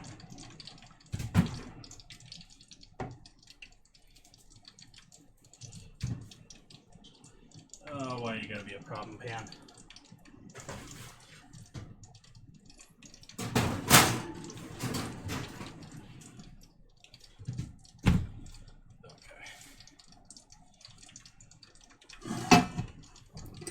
Might end up skipping this gravy because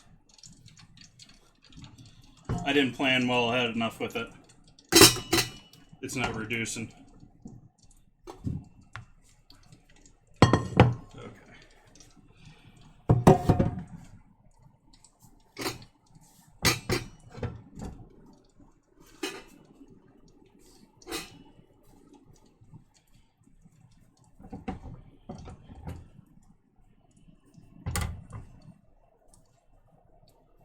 Or actually, do I want to use a large guy? Let's use a large guy.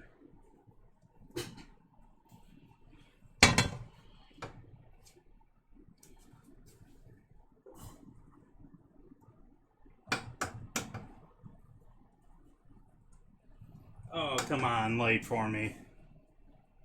Don't. Why you gotta be like this, stove? For those not familiar, my stove doesn't like to work when it gets hot. That burner doesn't want to turn on for me now.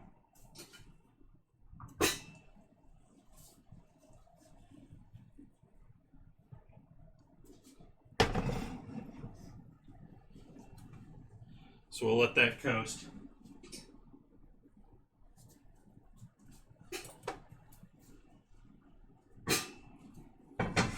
We'll do our fun over here.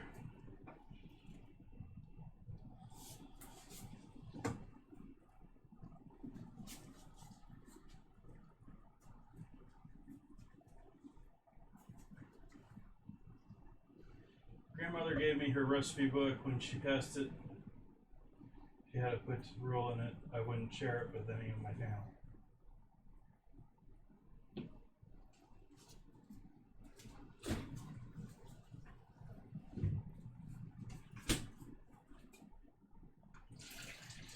She like you that much or hate everyone else that much?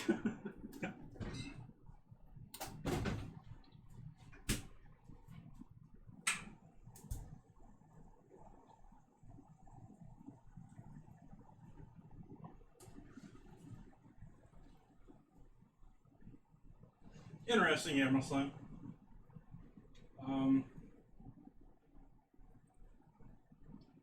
Not a huge. I'm just not a huge omelet fan. They're not that exciting to me. But I do love. I mean, I do appreciate some of it. Like I get the whole egg pan with what's her name in Berkeley. Let's add a little fat to our pan. Good fat.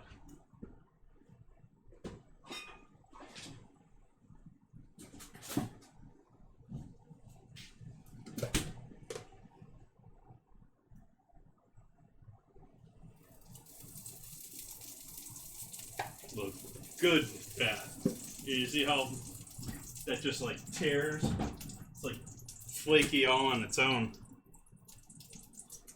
That's the good fat off of that pig. The good lard, the baking lard.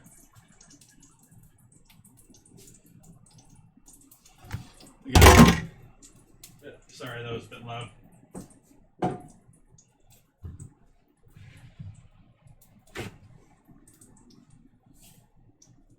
Four pork steaks that I sliced up earlier here. I'll dry those off real quick here. Oh, 5. This guy's pretty thin. Should have probably thrown him in the jerky.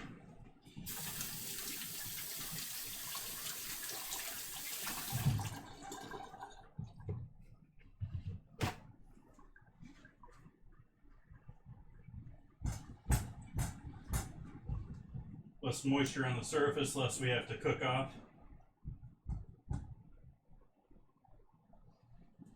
Nice. So you were the one that cared to know.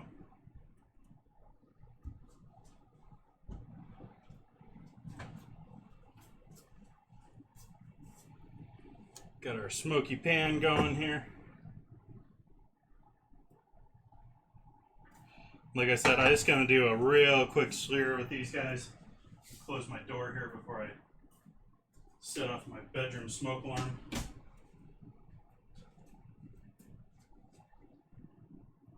Salt these guys up first.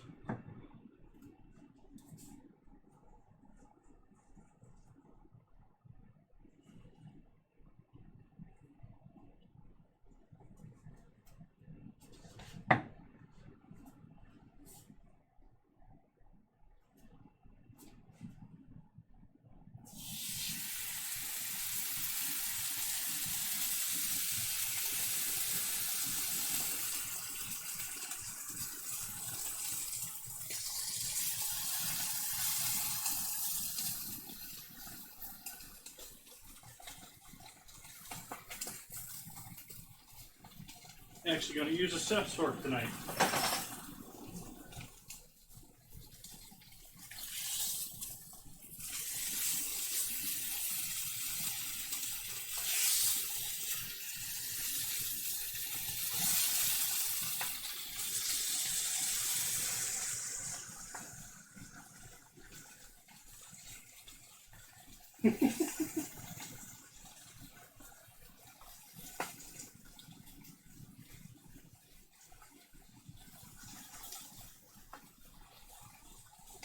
Caring about your legacy is important too.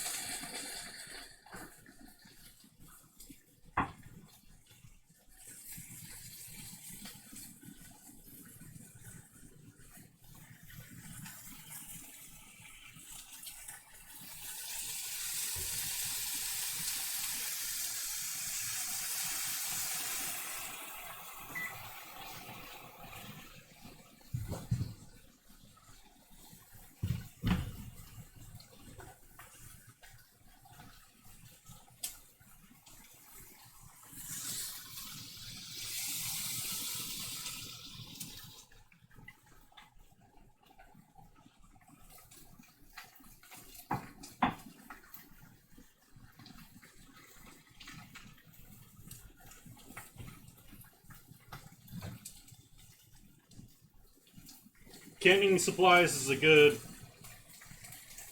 investment. It takes time, and canning is...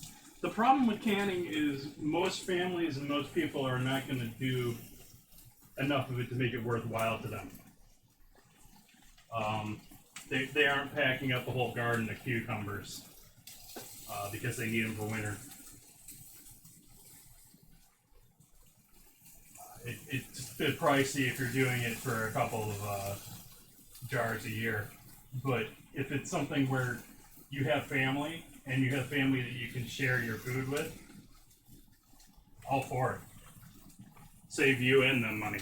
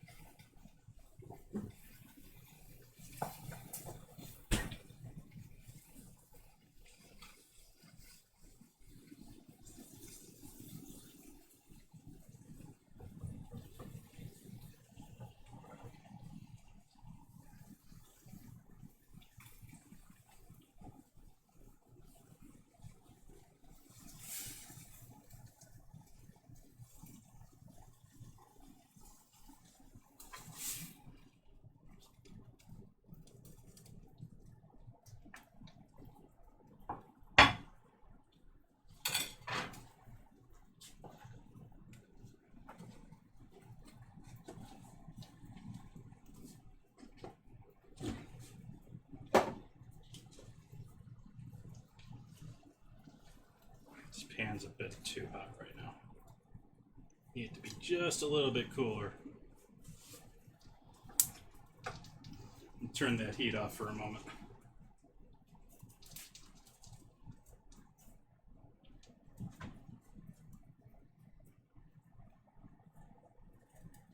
Yep.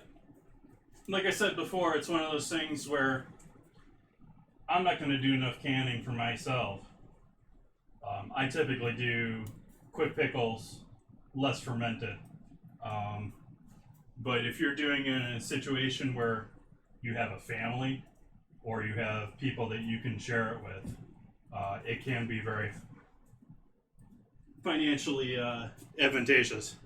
Can you tell we're doing eggs now? Oh, no, you can't. Hey, Kirby. Wow, I didn't realize. Why aren't you guys yelling at me? I got the wrong camera view. Hey, Kirby. I'm doing lovely. We're just wrapping things up here. We got some butter in the pan here for doing a couple eggs.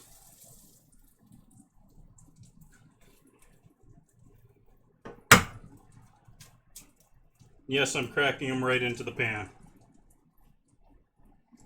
I don't want to get another dish dirty.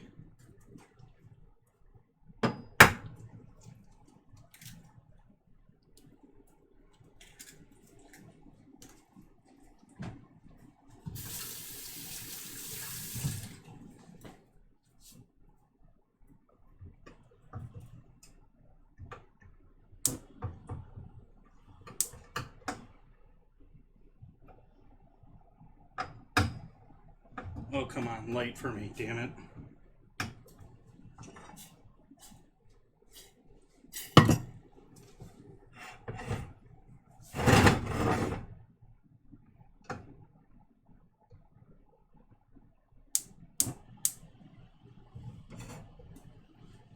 Now it's getting too cold.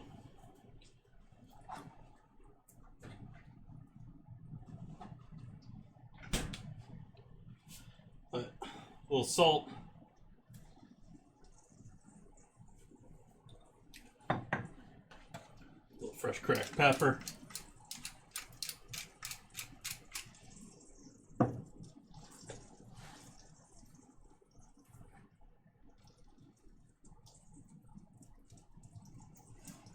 Not the only, but it's a pretty good start.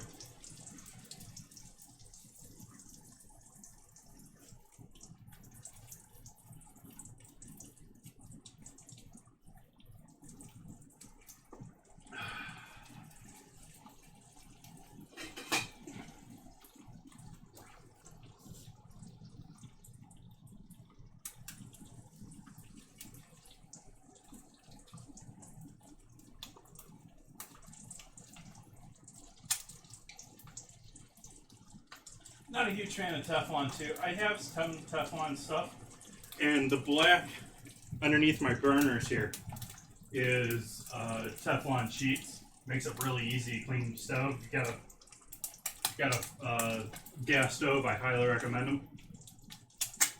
But yeah, manufacturing wise, they were based. I don't know current status. But a couple of years ago, they were basically going to eliminate Teflon because I mean, you're making something designed not to stick to anything, stick to something.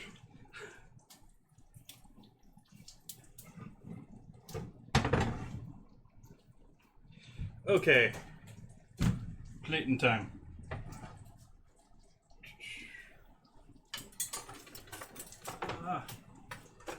Trying to knock over my whole thing.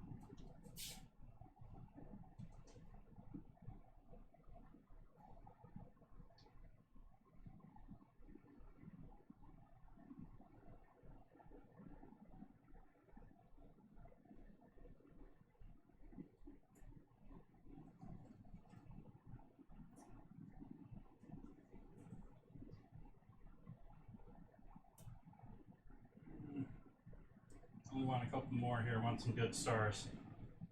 There we go. Off, off, off, off, off, off, off. We're going to continue cooking. The roulets are going to continue cooking for the rest of the evening. They will be into tomorrow. Basically, all that's going to happen with those, I'm not going to finish streaming the rest of those. This is going to cook down until it's like all the meat breaks down. All of this is liquid. This is going to cook for ages. And then I'm going to separate the oil off of it as best I can. Jar it up into your typical canning jars. And pour a little fat on the top of each one of them. And sits in the fridge, be perfectly good for several days. Or 2 months, actually. Let's get a photo in here. Show you guys all this gorgeousness.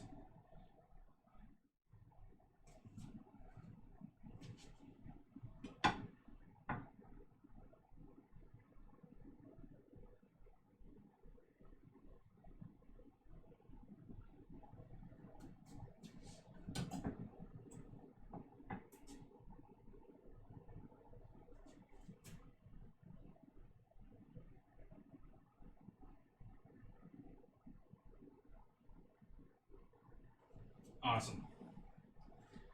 Give you guys a close-up here, let you guys see all this deliciousness for yourselves.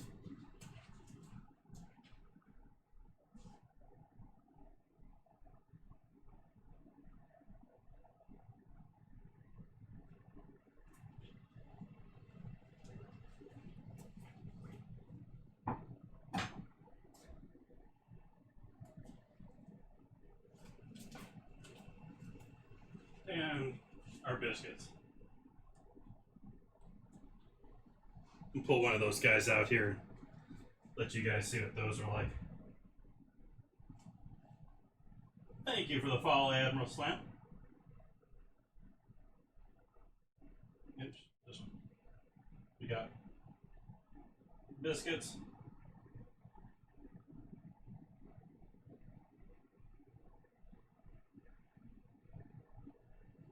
Good stuff. Let's see if we can't find someone to share some love with here tonight. Seems like we got a few people here still breathing.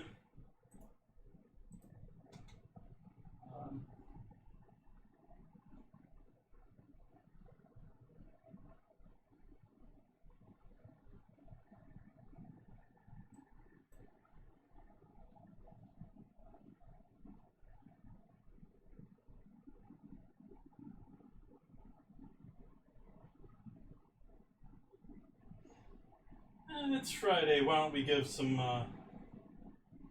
love to our typical Friday host. Go watch some pottery this evening.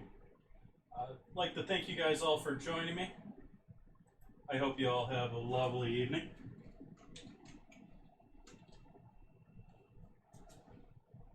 I'm going to go and enjoy all this lovely food. And I will be back here with things being so hot, still continuing with the trying to keep the kitchen not too ridiculously hot. I know the biscuits got the oven going, but going to be doing salad on Sunday. So hope you come back and join me for that. Going to be doing curry on Friday and Sunday next week. Going to be curry week next week for Team Bone In. All sorts of Twitch curry next week. See you then.